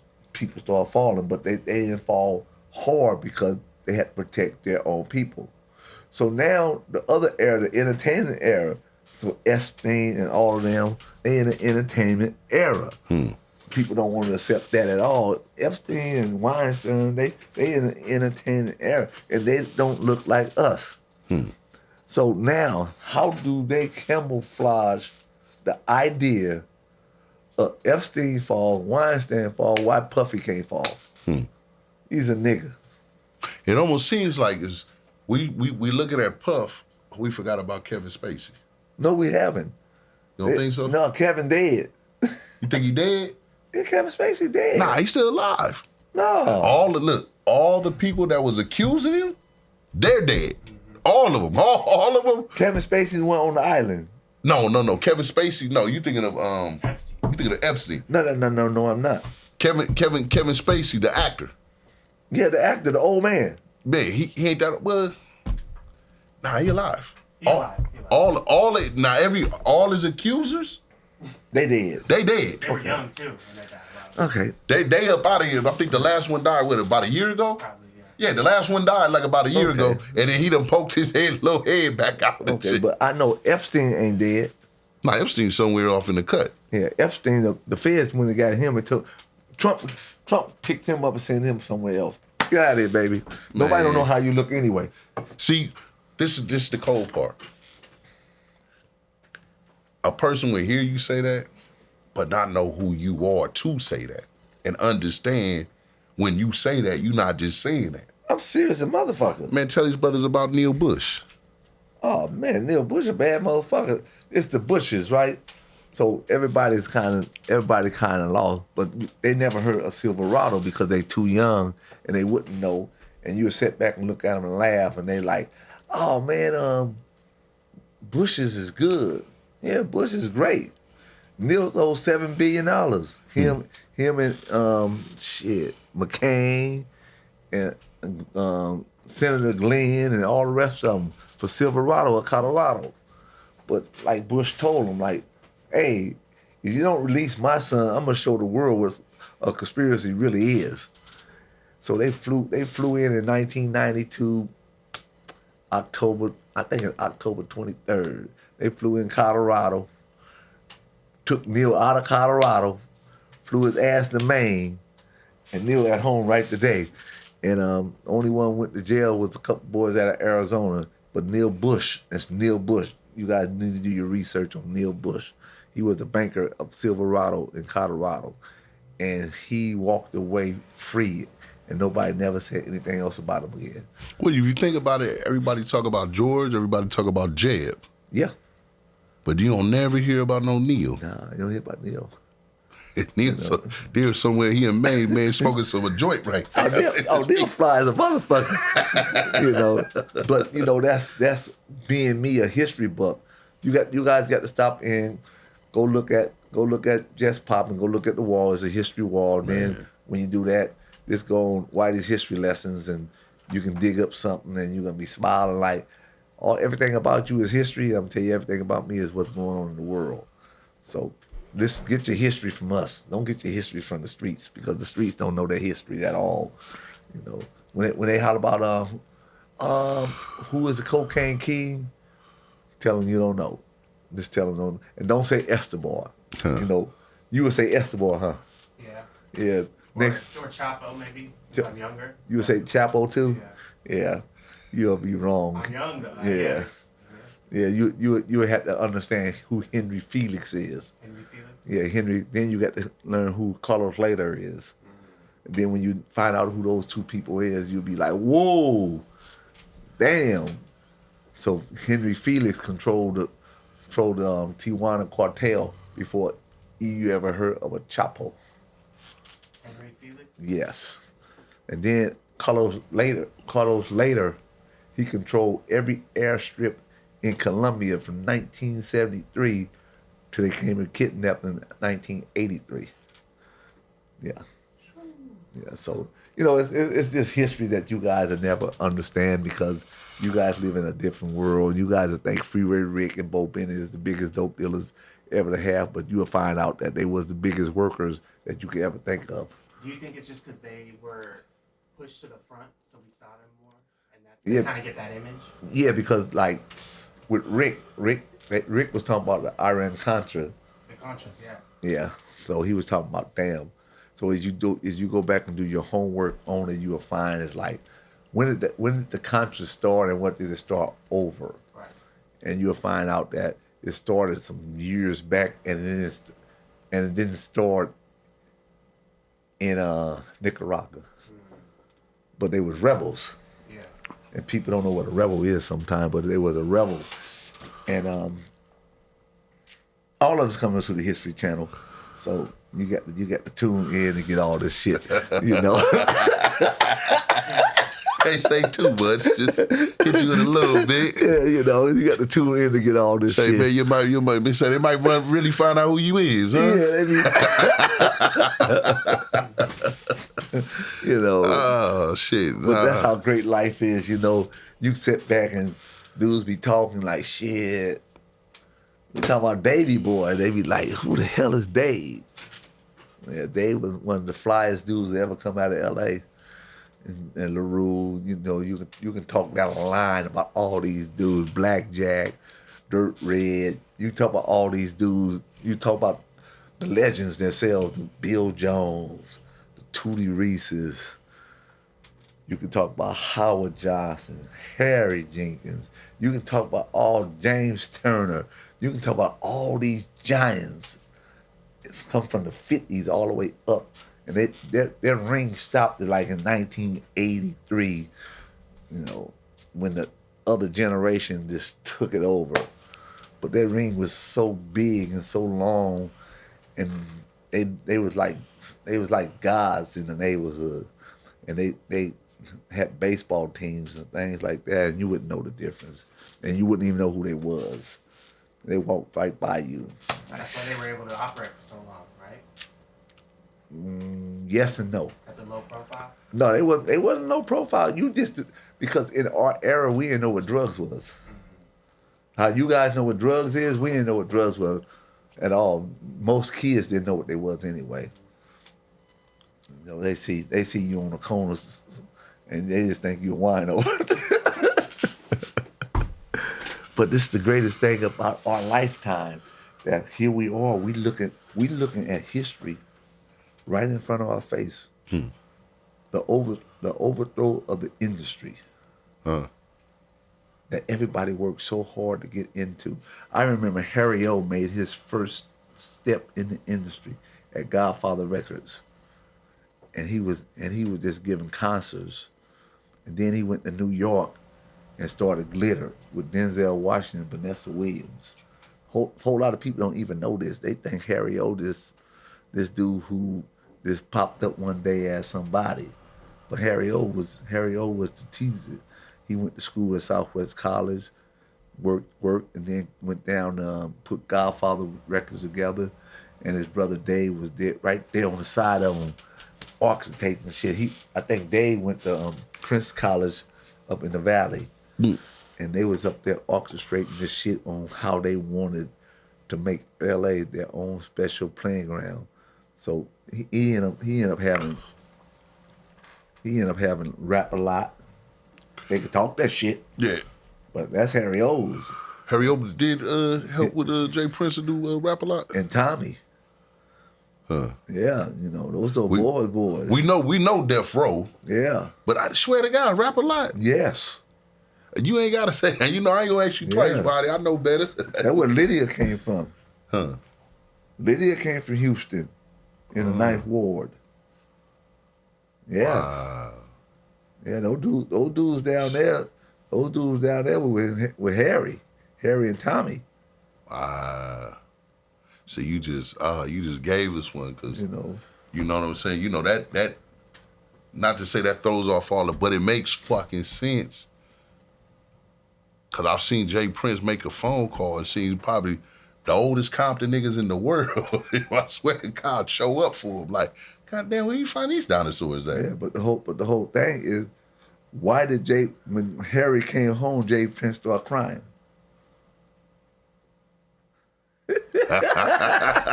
Don't do it. Don't do it. I'd rather pull up to Just Pop and then have that conversation. You're going to hurt a lot of people hard. They already know it, though. Because Jay Prince started crying when Harry came home. It was everywhere. Jay Prince and Harry all got having words when Harry came home. Like, so what? You having words? Fuck you. You know, Harry said what he said. He's standing on what he say. You know, they ain't gangsters. How you gonna do something? You ain't killed nigga who killed your son. You ain't gonna do nothing. You just gonna get on the media and start talking that shit. You ain't gonna go fuck with Harry. You ain't gonna fuck with none of them niggas out of L.A. You gonna do what when Suge slapped you in Vegas, and you got off of Vegas Strip. That's the only thing you gonna do. You ain't gonna say nothing. You know. Ain't no need to fake it. This shit be real. You know? Jay Prince ain't no bad dude. Man. But shit, Harry is just Harry. Yeah. You know, you don't like him all you want, but shit, that nigga pushed rank while he was out there by himself.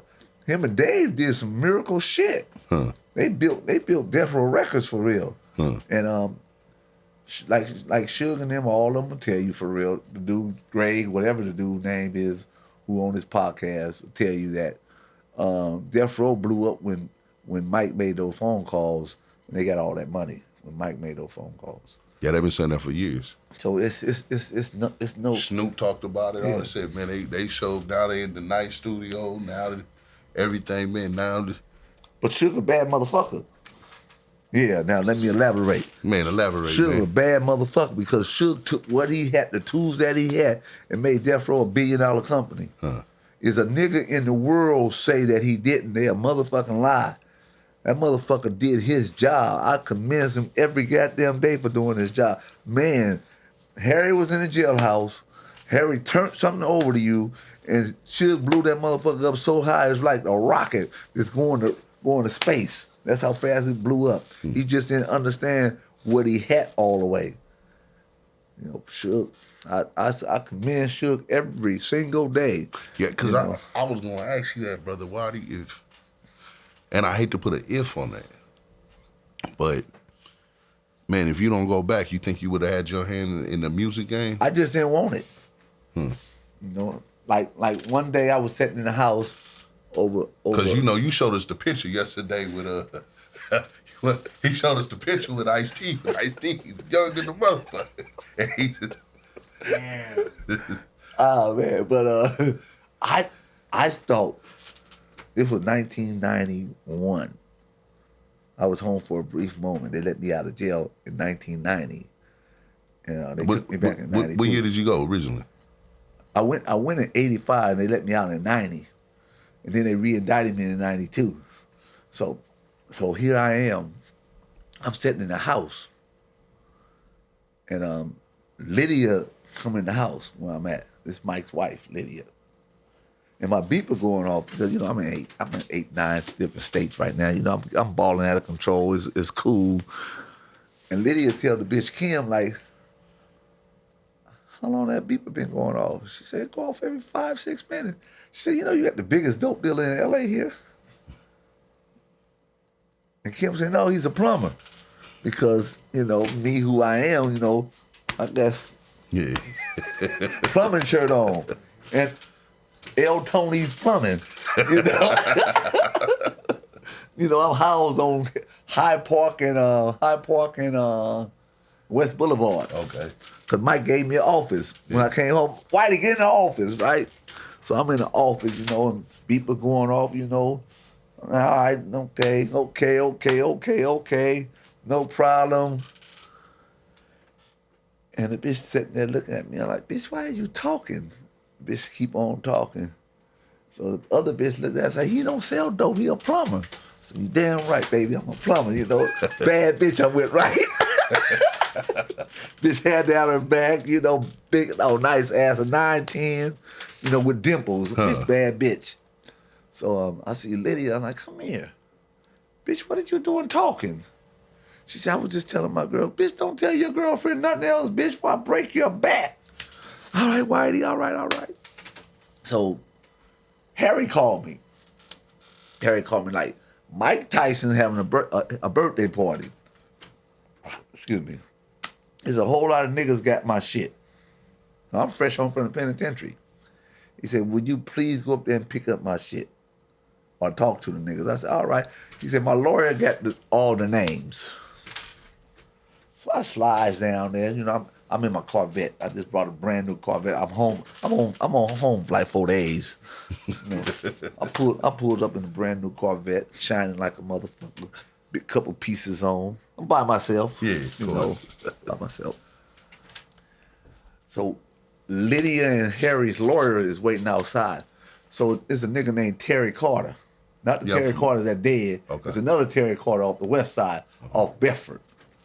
So he's looking at me and I'm like, get you guys passes and let's go in because I don't got all day for this shit, right? I'm here for an hour. It's gonna take me an hour to do what I'm about to do. I say, all right, cool. So the nigga like tell Harry's lawyer like, nah, you ain't on the list. I'm looking at the nigga. I'm like, what the fuck you just said? So the lawyer tell the dude, go get such and such and bring him out here. I'm on the list because Harry O put me on the list. Lydia looking like this, Lydia a nice looking young lady at this time. Body's out the game. She go to the gym every day. Lydia's a good girl. Had nothing against her. She looking at me like, shit, we can't get in. All right, don't worry about it. You're going to be all right in a few minutes. Don't worry about it, right? So the dude come out, and the dude talked to Harry's lawyer like he's a piece of shit. All right, looked at him. I said, hold up, player. And Lydia said, Whitey. I was like, hold up, Lydia. I said, hey, man, did he say Harry told you to put him on the list? He said, yeah. And who are you? I said, if you don't go check that motherfucking list and put that bandit on his motherfucking ankle, I'm going to slap the shit out of you. He's like, and who are you? I'm Whitey from Whitey's Enterprise. He said, Whitey, when you get home? I said, I've been home about 10 days now. Did Harry tell you to put him on this list? He said, yeah, well, open the fucking door. I need to see you when I get in there anyway. So he said, all right. Lydia like, Whitey. I said, what? She like, who the fuck are you? Bitch, this my city. What the fuck you talking about? I done did enough damage to these niggas to know who the fuck I am. So they put the bands on her wrist. So as soon as I get in there, I see Jim Hill and Jerry West. So I sat down, hugged them, haven't seen them. I've been going to the forum for years. Like, what's up, baby? They like, when you get home? I got home a few days ago. So rest in peace, Jerry West. Yeah, man. And Jim Hill with his ugly ass. He's still around with here. That wig on his head. Hey, for y'all who don't know, Jim Hill is a sportscaster, man, LA for years. And we've been wondering, I used to wonder as a kid, like, man, what is this? You got a wig. And somebody told me, now that's a wig. That's like, a wig. Yeah. That afro, man, that's a wig. That's a wig. So, I speak with him, hang out, Magic pull up. What's up, Magic? How you doing, baby? I'm all right, Whitey. All right. Dude like, man, Magic now? I say, oh, yeah. They just regular niggas. They was making $330,000 when they came to L.A. They make crumbs. And, that was Dave's boy. Huh. That was Harry O's brother Dave's boy. Who, Magic? Yeah, Magic. Yeah. Nice dude. Respectful, James Worthy, all of them respectful dudes. Byron Scott, all of them respectful dudes. So, as we in this party, the lawyer come like, here go the paper. Here go all the names. So I start gathering people. I need that, I need that, I need that. So one dude out of D.C., I'm like, man, come here. He said, yeah. I said, hey, man, you owe this. You need to get it to me. He said, who is you? Nigga, I'm Whitey. You don't have it for me, I'm going to come and take it from you. Man, I don't care what nobody told you. So another guy come walking up like, hey, man, that's Whitey. I said, all right, that's Harry O's boss. I said, "Ooh, shit. Yeah, that's his big brother. If he say he wanted shit, he wanted shit." So Lydia like, he wanted shit. Call me and he'll come and get it. So he had the black Porsche and some more shit. So I went want to get that. But the dude who was running his mouth at the door, named Terry Carter. So go down the list. I said, "Oh, this the nigga I want to see because Dave died on the boat. Harry O's boat sink. No, Dave's boat sink. They 55 footers. Yeah. So we all had 55 footers at that time. I got mines in like 1980, 83. I had a big old 55 footer out there on the water. That's what I did. I took the bitch to the middle of the ocean to get some pussy. It was just some pussy. It was just a boat ride, right? Yeah. And so we up there laughing our ass off because it's funny to us. So like I said, I'm by myself now. I'm by myself. I left my little brother at home, Johnny. He at home. Ricky at home because I came to take care of some personal business for Mike. So when we got finished, I'm like, "You come here." He said, "Nah." So he ran against Steve Hawk. Hawk ain't gonna let nothing happen to me. That's how he felt. So Hawk and a couple more dudes, they come walking up. Like, "Man, what's this shit?" I turn around, look. "When you get home, Whitey, what's up with you? How you doing?" He said, "Man, my dude came and said, you ain't got nothing to do with this, leave." And Hawk's like, "Leave?" I said, "Yeah, leave. Mind your fucking business." "All right, Whitey." And the other dude like, Hawk, let's go. That's Whitey. That's my homeboy. Man, he'll steal jewelry together. We thieves. We done been through all this shit ever since 1973. We've been running jewelry stores and stealing and doing everything, right? So the dude like tell me, I'm like, "Look, man, you got Mike's boat and you got Dave's boat. You got Mike's truck and you got Dave's truck. And Dave died on that boat. I want to know why Dave died on that boat, and I want to know why it sank." So Ron Brown walked up like, "Whitey," I said, "Yeah, you owe a Ferrari and a Rolls and something else." He said, "I got it for you. Don't worry about it." "All right, Ron. Got you, baby." So the broad came walking up, Jackie. And she looked at me and said, "You want my cars, huh?" I said, "What?" She said, "You want my cars?" I said, "Why? Why do I want your shit?" So the dude on the list like, "She on the list. Give me your pen. Nigga, you ain't got nothing coming from her. I can't take a damn thing from her at all. I can't take the house in Riverside, and I can't take her cars because those Dave's, and that's Dave's bitch. Nigga, you got to be crazy. You ain't gonna kill me, kill me in my sleep, So she's like, "White, I love you." I said, "Don't worry about it, sis. Take your shit and keep your money too." Because she had $1 million insurance policy too. Yeah. So she, since Dave passed away, she had the houses, insurance policy, because it was her money. Yeah. And you can't go mess with somebody's girl and try to take something that belonged to her because she did all the dick sucking that she could to keep the nigga that she had. So you got to respect that. Yeah, she earned it. Yeah, so all this shit went on and we went through the motions. So the nigga told me some shit, so gave me his phone number. Called me, so I called him like, "Hey man, where my shit at?" So he played with me, so I picked up the phone. Told my bro, "I'll see you in a couple of days." So I went and see my bro, like, "Number, give me the address." So she called me back, like, "Come by." Came by, gave me the address. I knocked on that nigga mama's door. Like, "Nigga, you got something belong to me. I told you the next time I see you, you ain't gonna like the outcome." Yeah. Nigga start crying like a bitch. I'm like, "Get my shit." "Nigga, I ain't playing with you. Nigga, I don't play those games, nigga. Nigga, I'm a real gangster. There ain't nothing imitation about this shit that I do." So all the fellas, like, so I was doing so much shit. And then I finally seen my guy. I haven't seen him yet. But he's Dave's best friend, his brother, all of that. And the word that I got was Dave died on the boat. but I know Dave can swim. So when they talked that shit, I was like, I got to see the guy. So me and Johnny, we were doing something and just seen him. And we pulled up into this place, but that's the office we were supposed to go to. Yeah. It was Dave's rent-a-car place. And I seen the lady, and I'm like, hey, I seen him. I say that, I don't go nowhere. He said, man, I got to go. No, you don't. Not right now. I need to talk to you. So he said, all right. You know, this Dave's brother. You know, this Dave's other brother. So we talked. I told the lady, I'll be back to get all my shit that you own. The car wash, I need the paper on the desk. I need the other house. I need this right here on the desk. I need all this shit that Dave got in your name. I need it on my desk so I can give it to Fanny. She said, all right. She said, Fanny is Dave's mama. I want all that shit on my desk. So I tell Deucey, I said, let's go. Deucey said, where we going? We're going to Fanny's house. Get in the car with me.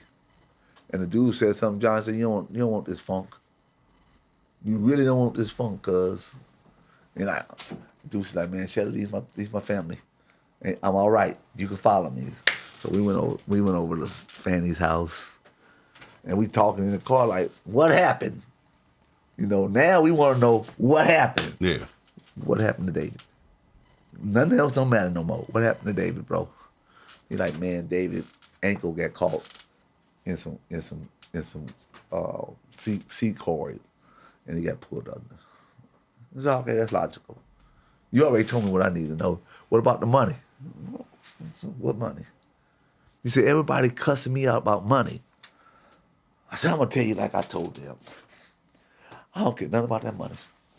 You and Dave hustle together. To my knowledge, that's your money. To my knowledge, as a player to a player, you just got to talk to Fanny. That's all I need you to do. I need you to talk to Fanny, and I could be out of this shit because the money part ain't my problem. It ain't my money. You know, you explain to Fanny where the money went, and she'll deal with you on basis because she told me she haven't seen you. She raised you.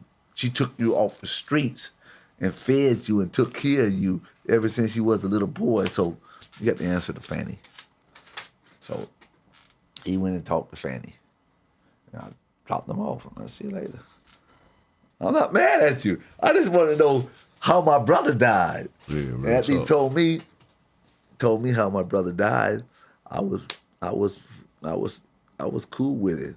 But in between time, Mike called me. Yeah. I'm at the house, and Lydia walked up like, Whitey, telephone. He said, man, don't you do nothing to my brother. I said, I'm not. It's my brother, too. You know, we all family. Yeah. So at the end of the day, it's like Mike was still guarded over his brother, but his other brother was gone. His real brother was gone, but his other little brother was there. And Mike was really a real trooper from what Mike did. He was stand up, he was respectful, and he was still there to protect his brother and his other brother. And I commend Mike every day. I know he didn't like people when he came home. I understand it because when you in those places and everybody leave you for dead, you really look at everybody like, why should I like you? I don't have a reason to like you. So every conversation that I have with Mike and anybody else, I remind Mike, keep on being happy, enjoy your life, and fuck the world. Because that's how they thought about you while you was gone. Mm. And that's how I look at people. Like, enjoy the world. Fuck the world. You home, right? Like I told Glover, nigga, you home. Nigga, enjoy this world. Enjoy this world. You know, this world is for you to enjoy. 4 o'clock count is not cool. Oh man, I'll keep it 100. It's funny too, because I can see how he lit up when he looked at you. Yeah. When Glover seen you, he come through the door. He said, "Hey, I was on the yard," and they had to come report. And you seen it all in his face. Like I seen, because I know McGlover when he was younger. Mm-hmm. So when I looked at him, I seen that 20-some-year-old McGlover again. Yeah. That's what you're saying. You seen a young man who done mature. Exactly. I seen the old, and you know what I mean? And you know McGlover know that shit too. You know your Kimple. You know McGlover know that. You know that. I used to wonder, I'd be like, man, we be doing what we be up in Hollywood and stuff, and he get a phone call. I'm like, dude, you gotta go put somebody on. What you gotta go put somebody on? we over here, bro. What you talking about? I just ride with me, Nick. Man, I go ride. This the first time I found. I said, man, they got the ugliest, unorthodox stance I've ever seen anybody fight with. And then he was like, man, nobody, you couldn't touch him. And he's just having fun and playing with the dude with one hand. Yeah, but that's life. Yeah, so everything that we do, right, is backlashes, and it's something that never talked about. And when you look at a Harry O, and you look at a Dave, and you look at a LaRue, and you look at a Black Tommy, that's what that mob from the Cartier boys, and they were special. You know. Then when you look at the Benzo boys, they were special. They were special dudes. And when you look at Ira and all his boys were jury store robbery. They were special. And you just go down and listen. It's just so many of them. Yeah. The boys at a company, there's so many Cash and Dirt Red and all them. And all of them was just special, and all of them had their own money. So when this next phase came into play from 85 to 87, all these dudes came in on the back end of somebody else that some Colombians have gave them some dope. So on the success on what you might as well say blacks in LA already had created, they seen a market and was like, well, shit, let's just throw something in there and we'll see what we come back with. So the Colombians had abundance of cocaine here in America, and they ain't had nobody to give it to. So they took the chances that they were supposed to take, and they started issuing hundreds of keys out to different dudes. And these dudes was hustling, and these dudes became figures that became bigger than life. But the ones like the Renee McGowan and the Benzo L's and the Black Tommy and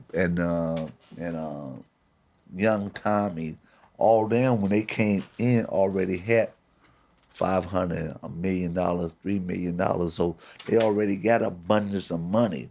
So when the Colombians came to them, they was coming like, let us give you 20. They said, no, let us buy 20.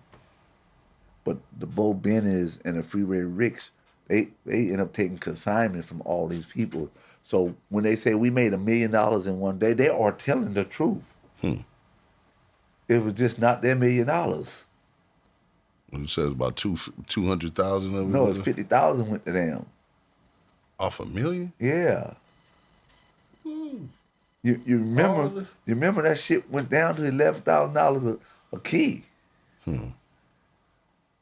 So when people come in and they only cost $11,000 a key, they give them to them for $9,000. So they getting $200 a pop. So they ain't getting no money but some chump change. But people in general see the stories on how they lay it out. I was getting $1 million a day. I was getting $1 million a day. Excuse me. That it makes sense to you if you wasn't in the game. But when you're in the game, and they say it, you just start laughing like, you was a high-priced worker. They say, man, why you high-sign like that? They'll tell you everything. When they had to come home, they got to give somebody $7 million. So they got to give somebody $7 million or $22 million. Why do they have to give them this money? Instead of it being their own when they bought it with their own money from the beginning. Yeah. So when I walked through the doors, I didn't have to give anybody no money because I had my own money. So it was like I didn't lose money, or anybody's money, and nobody took nothing from me. Yeah. So we look at that. We look at people. And sometimes people don't really get it. Like, oh man, you know how much stuff he had? Like, yeah, you know how many keys Mario gave him? And they stop and look at you like, what you talking about? Well, you know what it is though, right? if you're not a hustler, you're not a player, you don't understand the significance of what it is to somebody front you or when you own your own. Correct. Like a lot of, because they just see the number. Oh, he moved 100 birds. Well, out of those 100 birds, how much was it? How many was his? Yeah, so that's how it goes. It's like, such and such sold 100 gallons. Yeah. Then you start scratching your head like he sold 100, and you're like, ooh, he made how many? It's a whole different game. How many did that nigga make? He made 200. Fuck how much work he had. How many did he make? So I don't own nobody. I didn't have to get it from nobody. I generated everything for myself. Ooh, yes. So how much did he make? See, but that water game is a whole other, man. I ain't gonna let before we get up out of here, man. I ain't gonna let you get away without. If you feel, man, tell me. Can you touch on some of the names that you've met around the nation? That a lot of them are coming home that people consider big name. I don't know who that, like Alpo. He was just Alpo to us, right? You know, my boy Prince home. Yeah. He just Prince Supreme Team. Yeah, Supreme Team. Yeah. You know, he home. And then it would say, man, Alpo, man, you know, Alpo. Because, you know, the youngsters don't know it's funny, even because when you say these names, I know the names you're talking about. Even when you saying them with LA, because I know, I'm like, oh yeah, that's. But to you, and when you're saying them, you know, it's just names. Yeah, right? It's funny. But okay, so yeah, so Alpo, that man, you know what I'm saying? Yeah, Alpo came home. So all the GDs came home. Sherm came home. Boo G came home.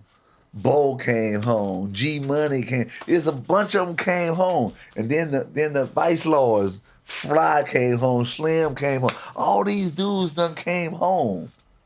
And you like, you interconnected? I'm like, yeah, I'm interconnected. So I was in Washington, D.C. So the brother talking to me, I knew he was talking a foreign language because it didn't make sense to me. You know. His name was Gator. GD, he's the invoice. He said he was the invoice for Hoover. I'm like looking at him, and he was explaining to me that he was something special, and Hoover gave him permission to do certain things. I'm like, all right, I'll go for that, however you want to put it. And he was still talking to me. I'm like, all right. So my other guy came and vouched for him. Like, yeah, Whitey, this Hoover's man. I said, I ain't got nothing against that. And he's like, yeah, I sat on the board. What? Yeah, you heard me. I sat on the board. Scratching my head like, man, you talking to the wrong dude right now. He's like, no, I'm talking to the right dude. I'm talking to you. Your name Whitey, right? I'm like, yeah. I said, man, you talking to the wrong dude. I'm a Don Dada. If you don't know what a Don Dada is, I'm a Don Dada. I'm LA's finest. I'm that nigga. I don't walk the track with all those dudes that you confessing that you with. Come on, man, back up. So he tell me like, nah, man, you don't get it.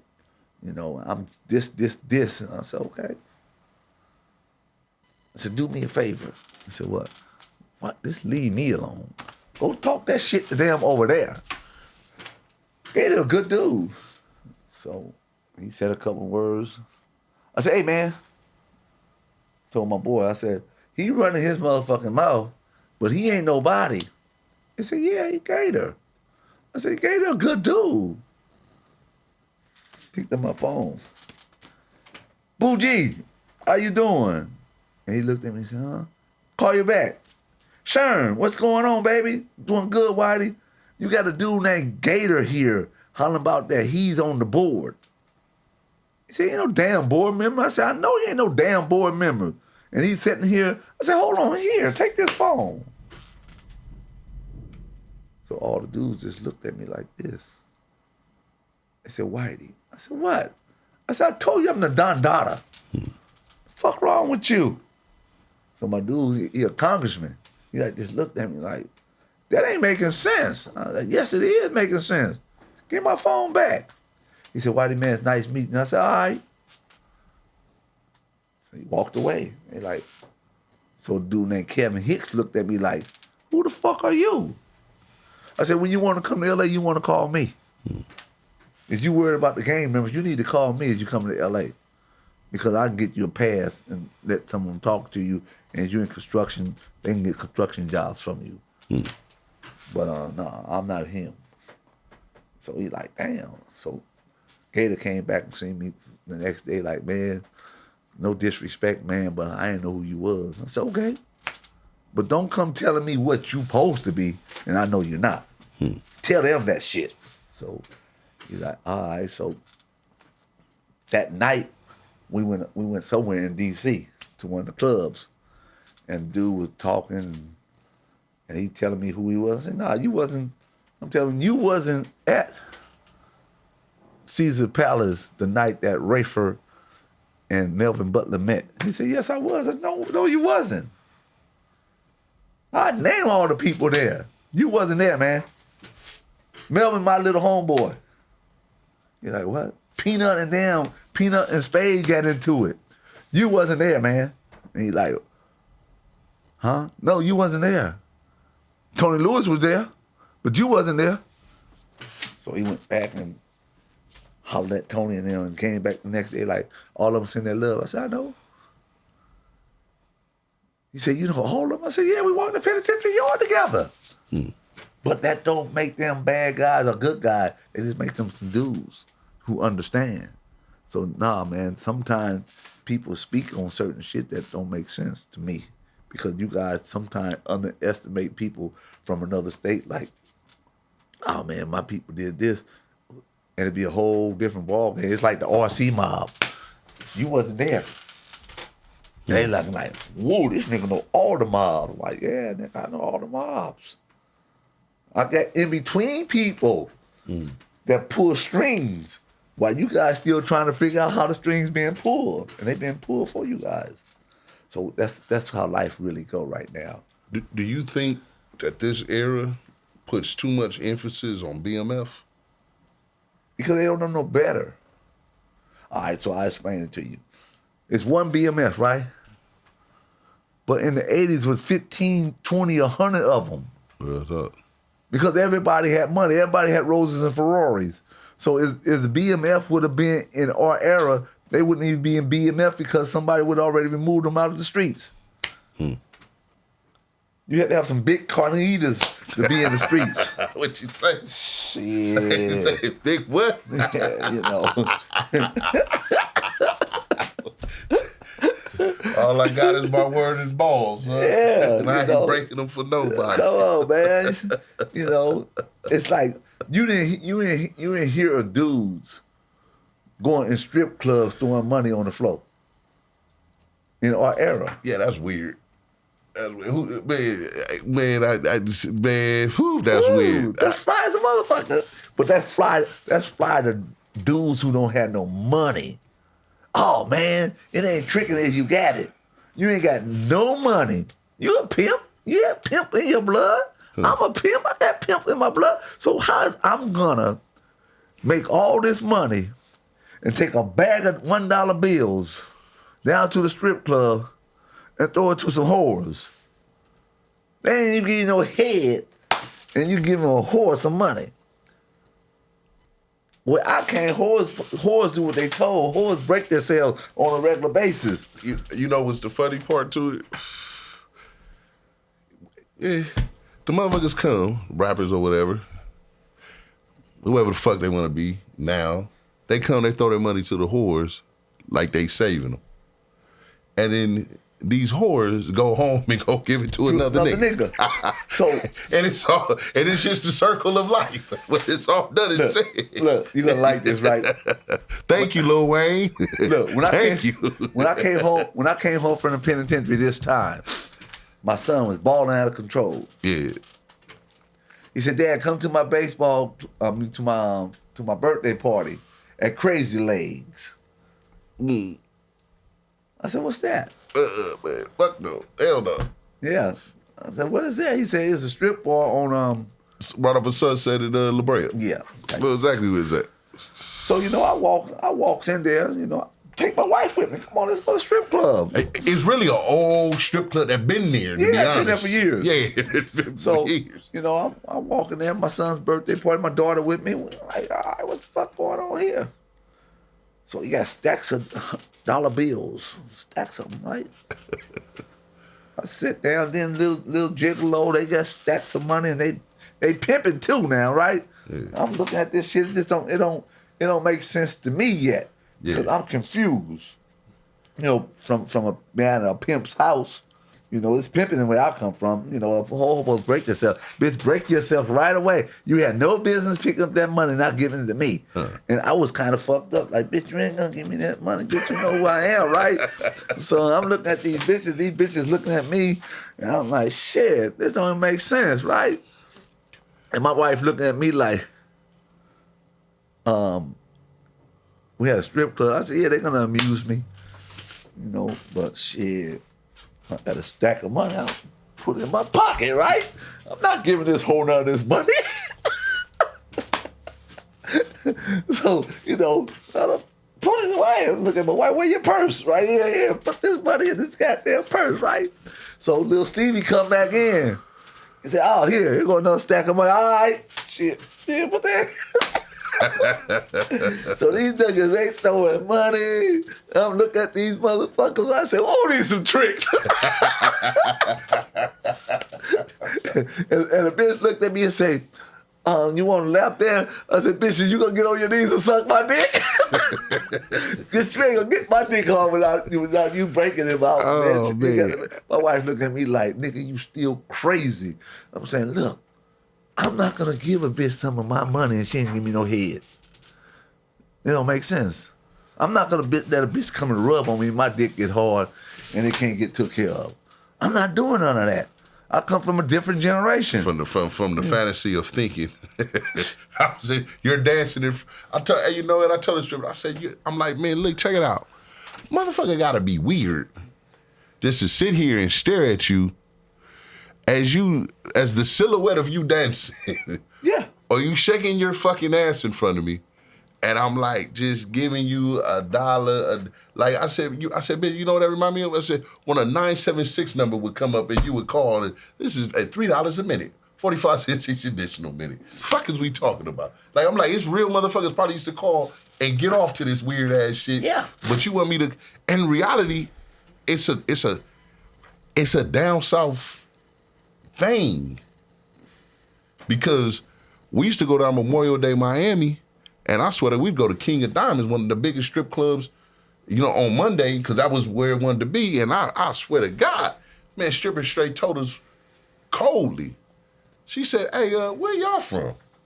And we out of Hollywood. We from, oh yeah, y'all niggas cheap. Y'all don't tip shit. Hey, man, get away from them. She out in the club, get away from them. So one of my partners, the guy rest his soul, man, Baby Roach, man, he had been living in New Orleans. He in a wheelchair. And he looked at me, and he looked at them broads, and he looked at me, he looked at them broads, and he just said, hey, man, I love y'all to death, man.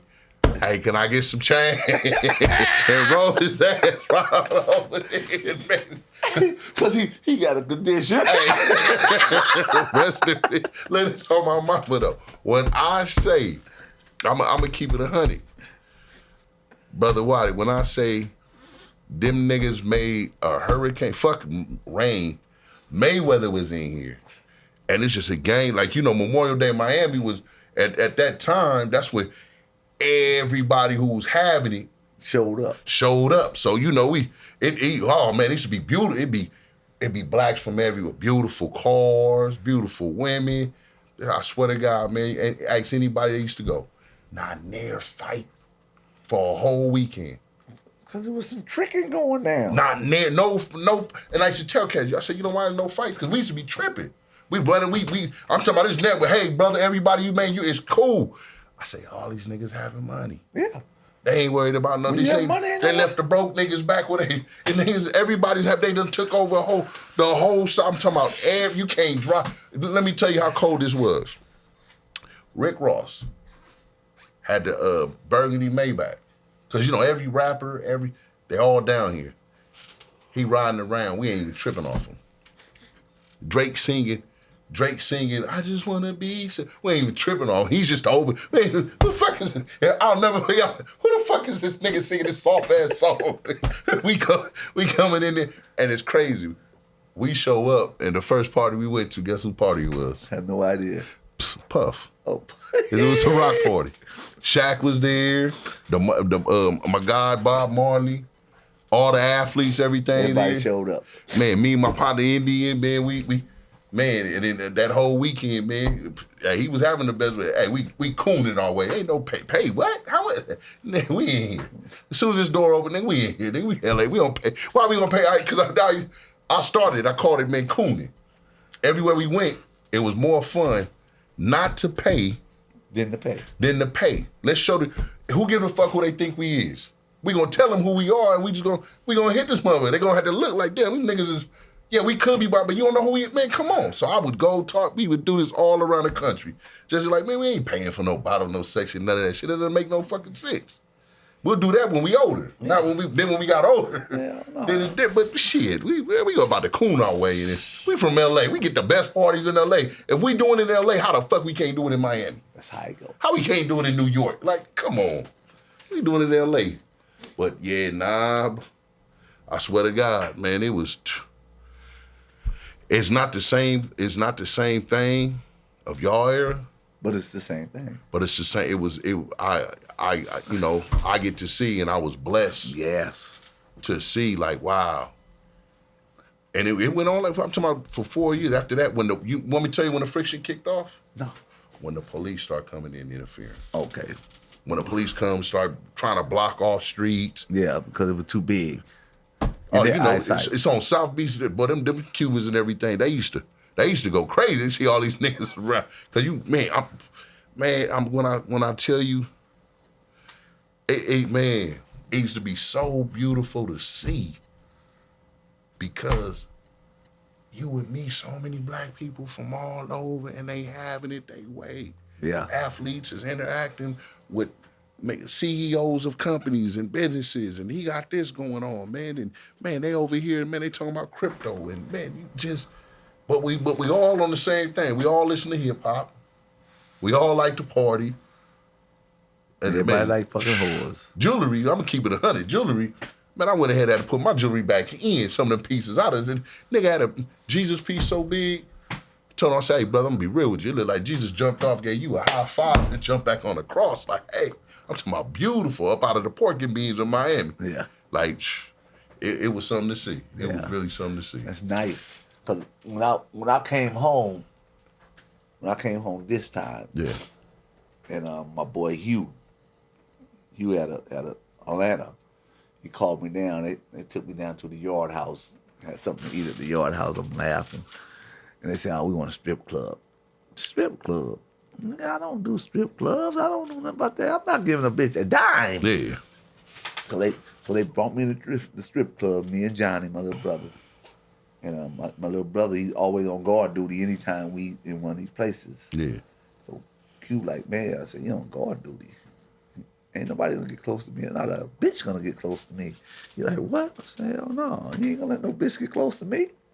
So he was just laughing like, this how you guys got down? I said, yeah. Nobody got close to me. So he like, you good? I'm like, yeah, nobody don't know who we are. So when we got finished, bitch like, so what you do? You say you a producer. You from out of L.A. Oh, the bitch went crazy. Let me dance. No, baby. I'm okay. She's like, what you mean? I said, I'm okay. You not gay? I said, nah, because if you touch me, I expect you to get on your knees and suck me. So understand, if you touch me, I expect you to be on your knees sucking my dick. So go away. She's like, all right, but I need to talk to you before you leave. I said, so she spread the word all the way around. So another bitch come pulling up on me like, hi, Whitey. I'm like, Hey, how the fuck I know you? She's like, I'm your nephew's bitch. I said, oh, okay. You need to get back to work then, bitch. Bitch, you need to get back to work. And here come my nephew coming through the door. Like, what the fuck you doing? I'm at my mama's house. I said, all right.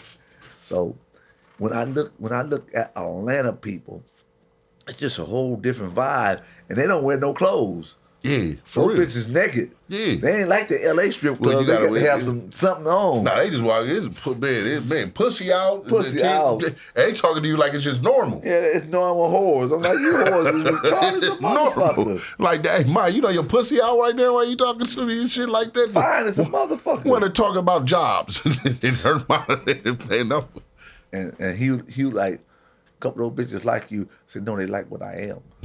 They don't like me. Because I haven't even had a conversation with them, so they can't like me. So one of the BMS, he came and talked to me. I said, man, ain't no way I can talk to you guys. So why?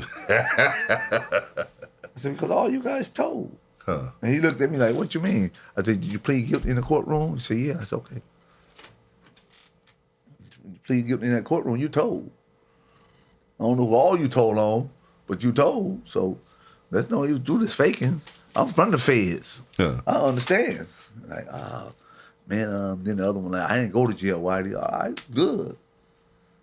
I mean, you wasn't on trial, so you all right. But those other niggas who went to trial, they told. You know that, right? He said, I heard rumors. I ain't no damn rumors. You know they told.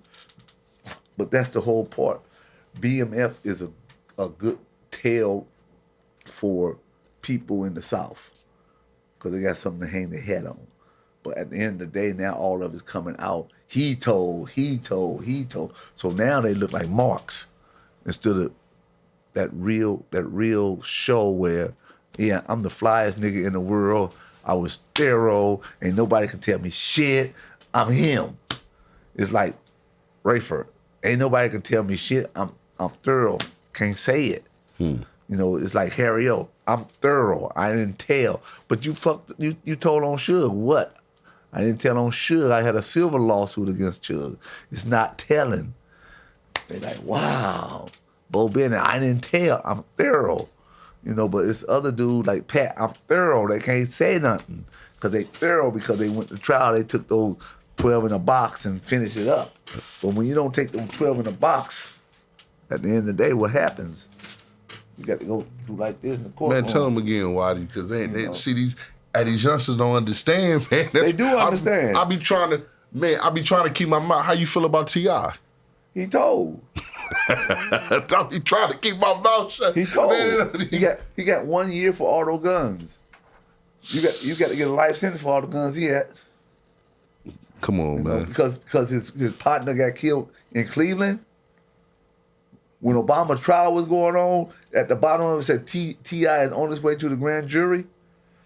Yeah, in 2007, on the bottom of the TV, T.I. is on his way to the grand jury to tell about the murder that happened to his cousin or his brother, whatever it was. Oh, I'm on. Yeah. Man, T.I. told. T.I. know he told. You know, I'm shit. Brother Whitey, I'm just sitting here. I'm looking. I ain't gonna. Hey, man, you know, I know the streets. I ain't saying nothing. I don't say. Yeah, how you feel about Wayne? What Wayne? Man, Lil Wayne, when he got caught with the burning, man. How much time did he get?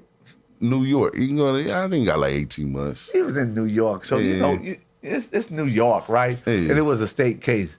Now, if it would have been the feds, he had to get an automatic 5. But he wasn't. He went to the state. So Lil Wayne, you know, the state telling is different from the feds telling because you can take a deal in the state and never go in a courtroom. Period. They can just send you a piece of paper like, here, just write down that you plead guilty. So there's a lot of people who've been to the state. They just write down guilty, and they never get in open court and say what they did. You like to get your time on the phone. Like, all right, you in the bullpen? Yeah, sign this deal.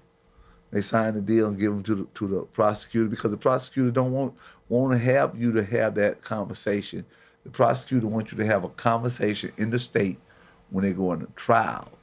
And if you walk in that courtroom in trial, then you're going to do all your telling. But you're allowed to make a deal in a state where it's no telling. You're just telling, oh, I plead guilty. Those counts. That's how the state works. But the feds is a different beast. Oh, you're going to tell everything.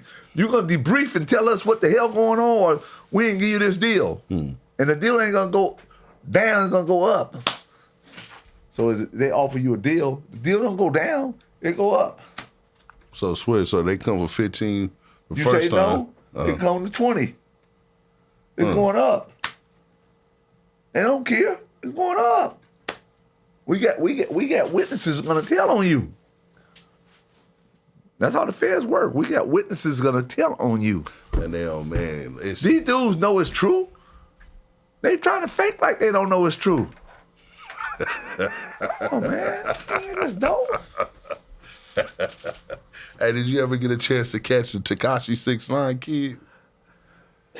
Okay.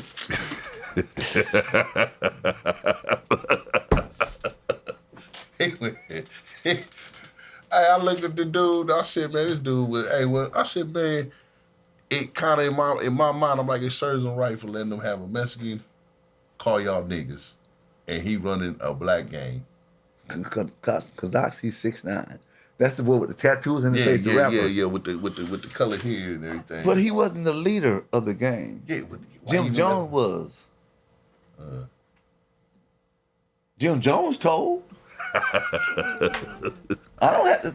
I know. It's not no mystery. We just in the streets. Hey, I hear you. We street niggas. Yeah. You know, Jim Jones had to tell.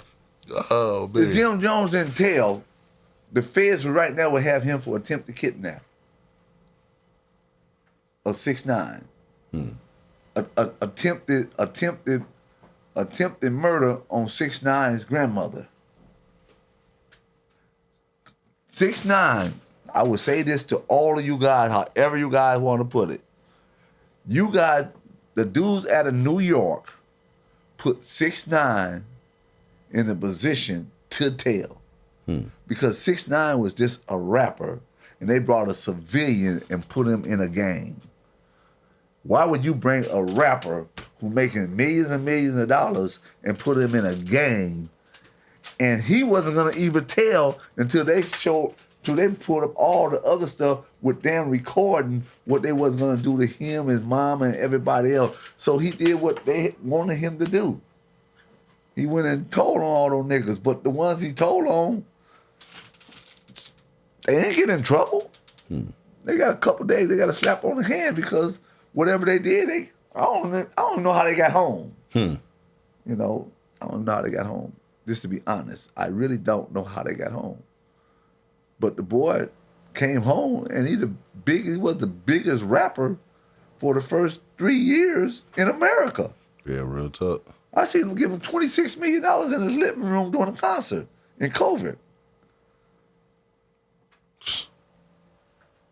They fucking his girlfriend and everybody else, and they won't even give him his paycheck. And he just going with, all right, I love you guys, homies. We in the game. I'm a blood with you, blood, everything in. I'm with you, I love you guys. And they fucking his wife, taking all his money, give him a third of his paycheck, but he's loyal. He's loyal to the cause.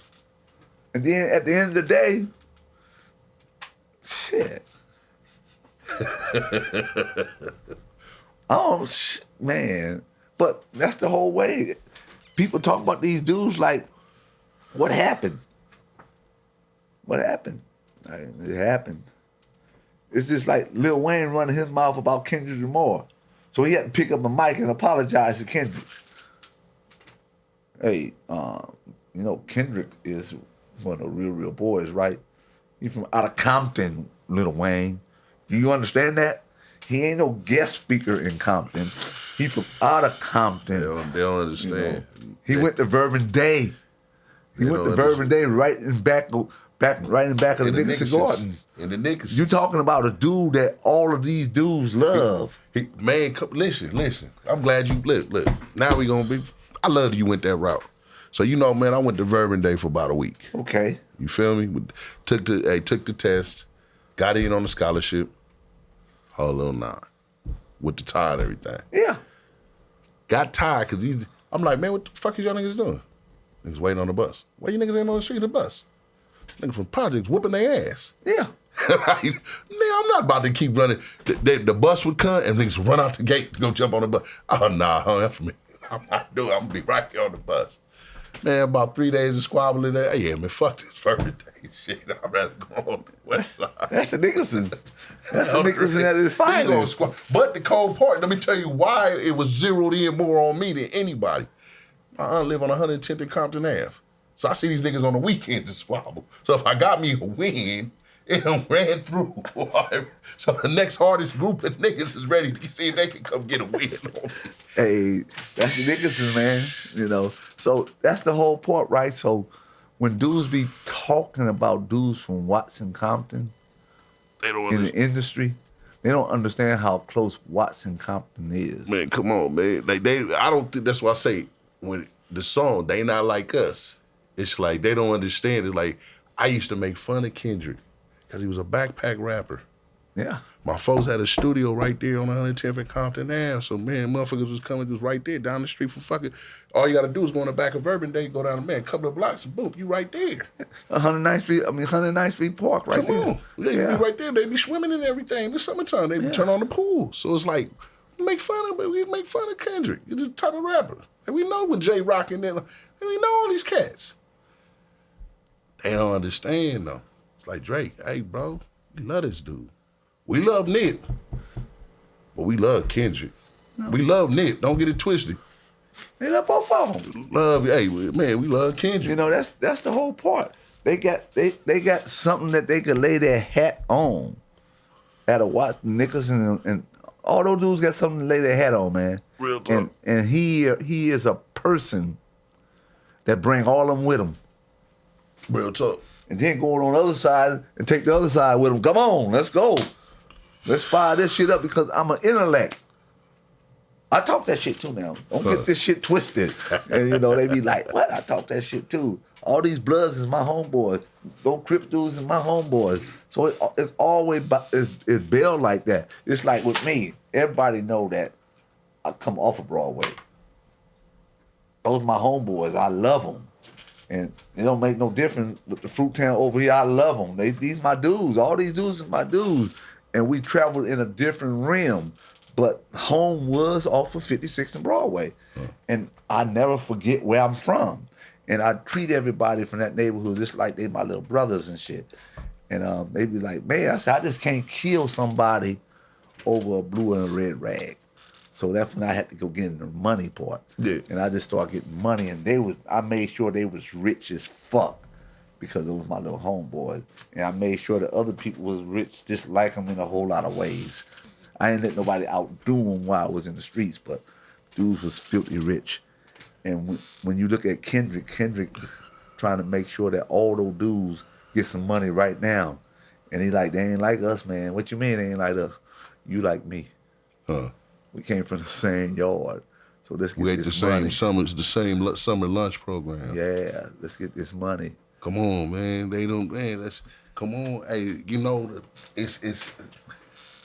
people don't understand the connection, the LA connection, and what Kendrick did for even the spot SoDo. Man, the doors has been kicked open. Like, hey, man, that's the homie up there doing that, man. Make sure y'all tune in. Make sure y'all, man. And it was like Nipsey. Nipsey kicked the door wide open. Come on. He brought YG along with him. Let's go. That's what they do. They young, and they not in the same area of 1970. Real talk. 1970, 1980, 1990, the 2000s. It was a whole different vibe coming up. But now these young dudes, they rich. And they try to bring their friends along with them from all areas. And all you can do is sit back and say, they revolving. Dudes don't want to say it, but it's a peace thing going on right now. Come on. All around L.A. But see, this the cold part. You want to know when that peace started? I don't know. I'm going to keep it real with you. about 2002. You want me to tell you what happened? What happened? You tell me. I'm here. Man, Hollywood Sunset. All the names to the different hoods had to go and coexist. You feel me? Okay. Had to go coexist. So they going and coexisting and everything like that, man, you know what I mean? And at the same time, man, you feel me, they coexisting. Cause we trying to get this money on Sunset. Now with that coexist, are you from where? Are you from here? So I'm going to jump in the car with you and going in your neighborhood. Because you somebody, we over here, but you somebody, you jumping in the car and you going over here in my neighborhood. Yeah. So you making the connections and everything like that. Everybody making the connection from a St. Nick could meet a SD. Well, normally it would not have been that. It'd have been some, man, you from Gardena? What? I'm not going over there. Hey, I'm tripping on the fact that you from Gardena. Just keep it in 100. You from what part of LA? That part. But then, and I'm tripping out because we seeing. Now I'm running into the older brothers. I'm like, man, where y'all been at? Nigga, we been right here. Where you been at? Shit, well, we was down there. We was south of the 10 freeway. We didn't know y'all was up here. We only thought it was all white folks up here. Nah, we been here a long time. We been here. That's how life go. Everything revolve, and it don't always stay the same. Real tough. Some older guys don't want to let go, but as soon as they let go all the way, this whole city gonna blossom together, and they're gonna be all right. They just if they had some money, I think the war would be over right now. If they was in 1980, it would be a war. So it would have just been some money. It would have been some money. A lot of money. And dudes would have been doing a lot of rapping and learning how to run businesses and everything. And that's the part you got to look at, like, what are you guys gonna do with the money that you getting? Or are you gonna put it in the right place to make sure the little kids underneath you go in a whole different direction? Come on. And that's what it's all about. That's why I tell everybody, like I say, man, I try to do something for you guys to see so you guys can take that envelope and push it a little farther. Because like I tell all of them all the time, man, I don't give a damn where you're from. That's not my problem. I don't walk the yard for you guys enough. You don't need to never watch the yard. You don't need to kill nobody else. You killing somebody and you don't even know who the hell they are. And little dudes be looking at me like, Whitey. I'm like, man, you don't even know who the person is, and you're gonna go shoot him. And when you find out later on, he related to you. Real talk. And that's the crazy part of it. You don't even know who he is, man. Man, They done confused everybody so much that you guys are literally doing these other people's jobs for them to kill your bloodline so you won't ever have no kids. people don't, man, you know what, Brother Whitey, people don't understand bloodline, though. No, because people don't understand it because they don't know what family is. Once you know what family is, then you understand why your name should carry on. Man. Like these bras, they don't know what family is. So they go get an abortion every time they get a chance to kill a bloodline. So that bloodline won't exist no more. Do you see the Spanish people, they having babies at an all-time high. And our intelligent sisters, they say, man, we don't like nothing they did. That's why the next time we get into it or they need our help, we're not gonna help them. But I would say this to the world, and I hope all these sisters will listen. Spanish people is Catholics. They don't have abortions. Ain't no, what do you call it? Ain't no contraceptive. They don't believe in it. No, they have babies. Yes. But you know what? They told us this. They told because you know when I'm in those years when they're starting to grow, they told us this. Hey, Holmes, California was ours, and we're gonna take it back. And motherfuckers would tell us how we gonna take it back. Hey, Holmes, man, hey, watch. Yeah. And I was watching like, God damn, we laughed. 12 of them jump in the car. You know what I'm saying? They be with 15 of them in the house. Then they bought the next house. Then they bought the next But the crazy house. thing about it, that's what the myth is. They don't buy the house. They rent them. Huh. They don't own their houses. You said they just keep them They going. just rent them.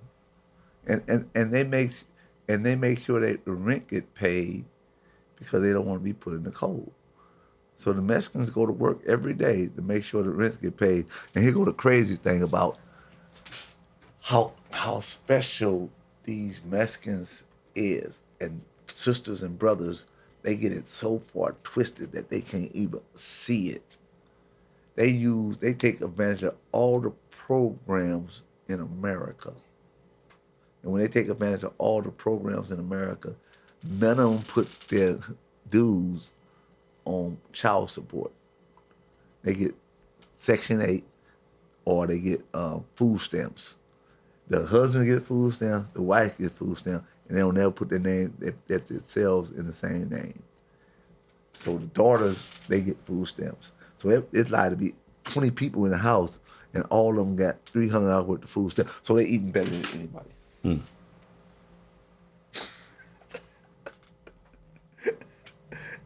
It's cold.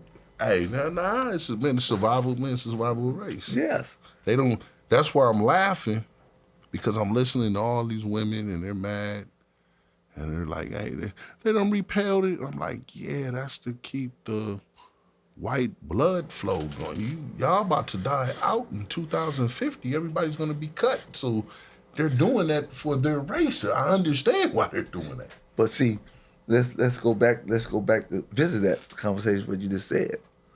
White people is back at 54% because they went to Ukraine and Poland and Scotland and they brought them all back in. Come on. So you know, like, see. So if everybody having this conversation like, oh, white people bloodlines getting cut. No, white people bloodline being repremised because what happened was while you guys were paying so much attention to the borders with the Mexicans coming in, they was bringing the white people in. The resurgence. And they was giving them their birth certificate and Social Security for one reason, where people in general don't get it. This is a white country. The resurgence. Why would they give this country back? This is the resurgence. Really, we looking at it, man, it's the resurgence. And I'm looking at it like the resurgence. Yeah. So that's what happened. Now, as you go on Almanac, they ask you how many percentage of white people in America. They said 58, 53. They back the majority. Mm-hmm. And they about to have some kids. They about to have some kids because they brought brand new white blood in the system. Well, you know, I always laugh at it. I'm like, when white people want to make their numbers grow, more nationalities become white, such as the Irish, the Italians. But they're all white. They bring, what I'm saying, they go from separating to let's bring them in. Right. Let's bring them in now. Let's bring them in. Yeah. Now let's bring in You go to Sicily. the Polacks. You go to Sicily, you go to Australia, you go to Germany, you go to Greece, you go to Ackland, you go to white countries. And we're going to take 500 here. We're going to take 500 here. Oh, we're going to double back and take 10,000 here. You need a house when you get to LA, right? So you know how much the Ukrainian budget is in the United States? They got $37 billion to give to the Ukrainians. So if you ever go on the director for grants, you will see grant Ukrainians. And they're like, huh? This their budget, these their programs. If they have them here, they got these programs coming. What we got for blacks? Nothing. There's nothing left in it. What we got for FEMA? Nothing. Nothing. Oh, FEMA got money. FEMA always gonna have some money. How they did them in North Carolina, the cold part about it is where the majority of a lot of blacks was buying up property and everything, North Carolina. Okay, FEMA got plenty of money. Yeah, but FEMA ain't giving them shit. Why should they? They black. We go back to that. You're black. You don't have nothing coming from America. So if black people start paying attention and start getting their jobs and building their companies, then they have some money. But as long as you keep on depending on the Social Security or social programs is not even built for black people. Social programs is built for white people. And people like, what you mean they built for white people? Look at the programs in Los Angeles. How many black programs do you see? All of them white. Because a white man got it, a white man opened it for 2 days and closed it down, and then the other programs is where they're supposed to be at. So everybody talking about programs in Kentucky, they there because there ain't no running water in the hills of Kentucky. So they need to find a way to get them something to eat. So it's more white people on welfare than any person in the world. Because it's 58% white people. You know, the cold part, man, and I know we can start the wreck because we talking crazy ass numbers right now. Until I came to Washington, I hadn't seen such an abundance of broke white people. Like my head was fucked up. Like I'm like, man, I'm looking at kids going to school in shorts, no coat. It's storming. Yeah. And I'm like, I've never seen. It made me thank God, man, I'm glad I grew up in LA, man, with this good weather. Cause I'd have shit, fuck this. This what I gotta do to go to school? Fuck the school. I ain't going. So the reason why you didn't see it, because you was in a black area. Wow, that's what I'm saying, predominantly my life. Yeah. So when you in a black area, you only think that you are the minority. Whereas a lot of minority white people, broke and hungry, they don't have nothing. Holy shit. But they blame like crime. It's so much crime by white people. But why would you put white people on TV? Now you're gonna scare the regular white people to think that their team is animals. You got to point that needle at black people. Like they the animals. We good. And the other mama's like, we ain't got no money, we hungry, so we ain't gonna put no spotlight on you. Like George Wallace told them in Texas, I think in 1957, 58 or 59, the white people was on the railroad track. Two black people on this side, white people on this side. Both of them poor. And this is a real truth. You can pull it up in history. Yeah. The white people said, we'll vote for you, George Wallace. Long as you tell us we're not like those niggas over there. Man, Whitey, we got to they tell us it's time to wrap it, man. Hey, let them know, man. Let them know where they can find you, brother. Hey, you can find me on Instagram or you can find me on Whitey History Lessons.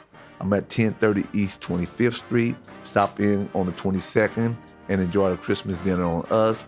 I am from Whitey's Enterprise. I'm with my team. I'm hanging out. I'm having a ball.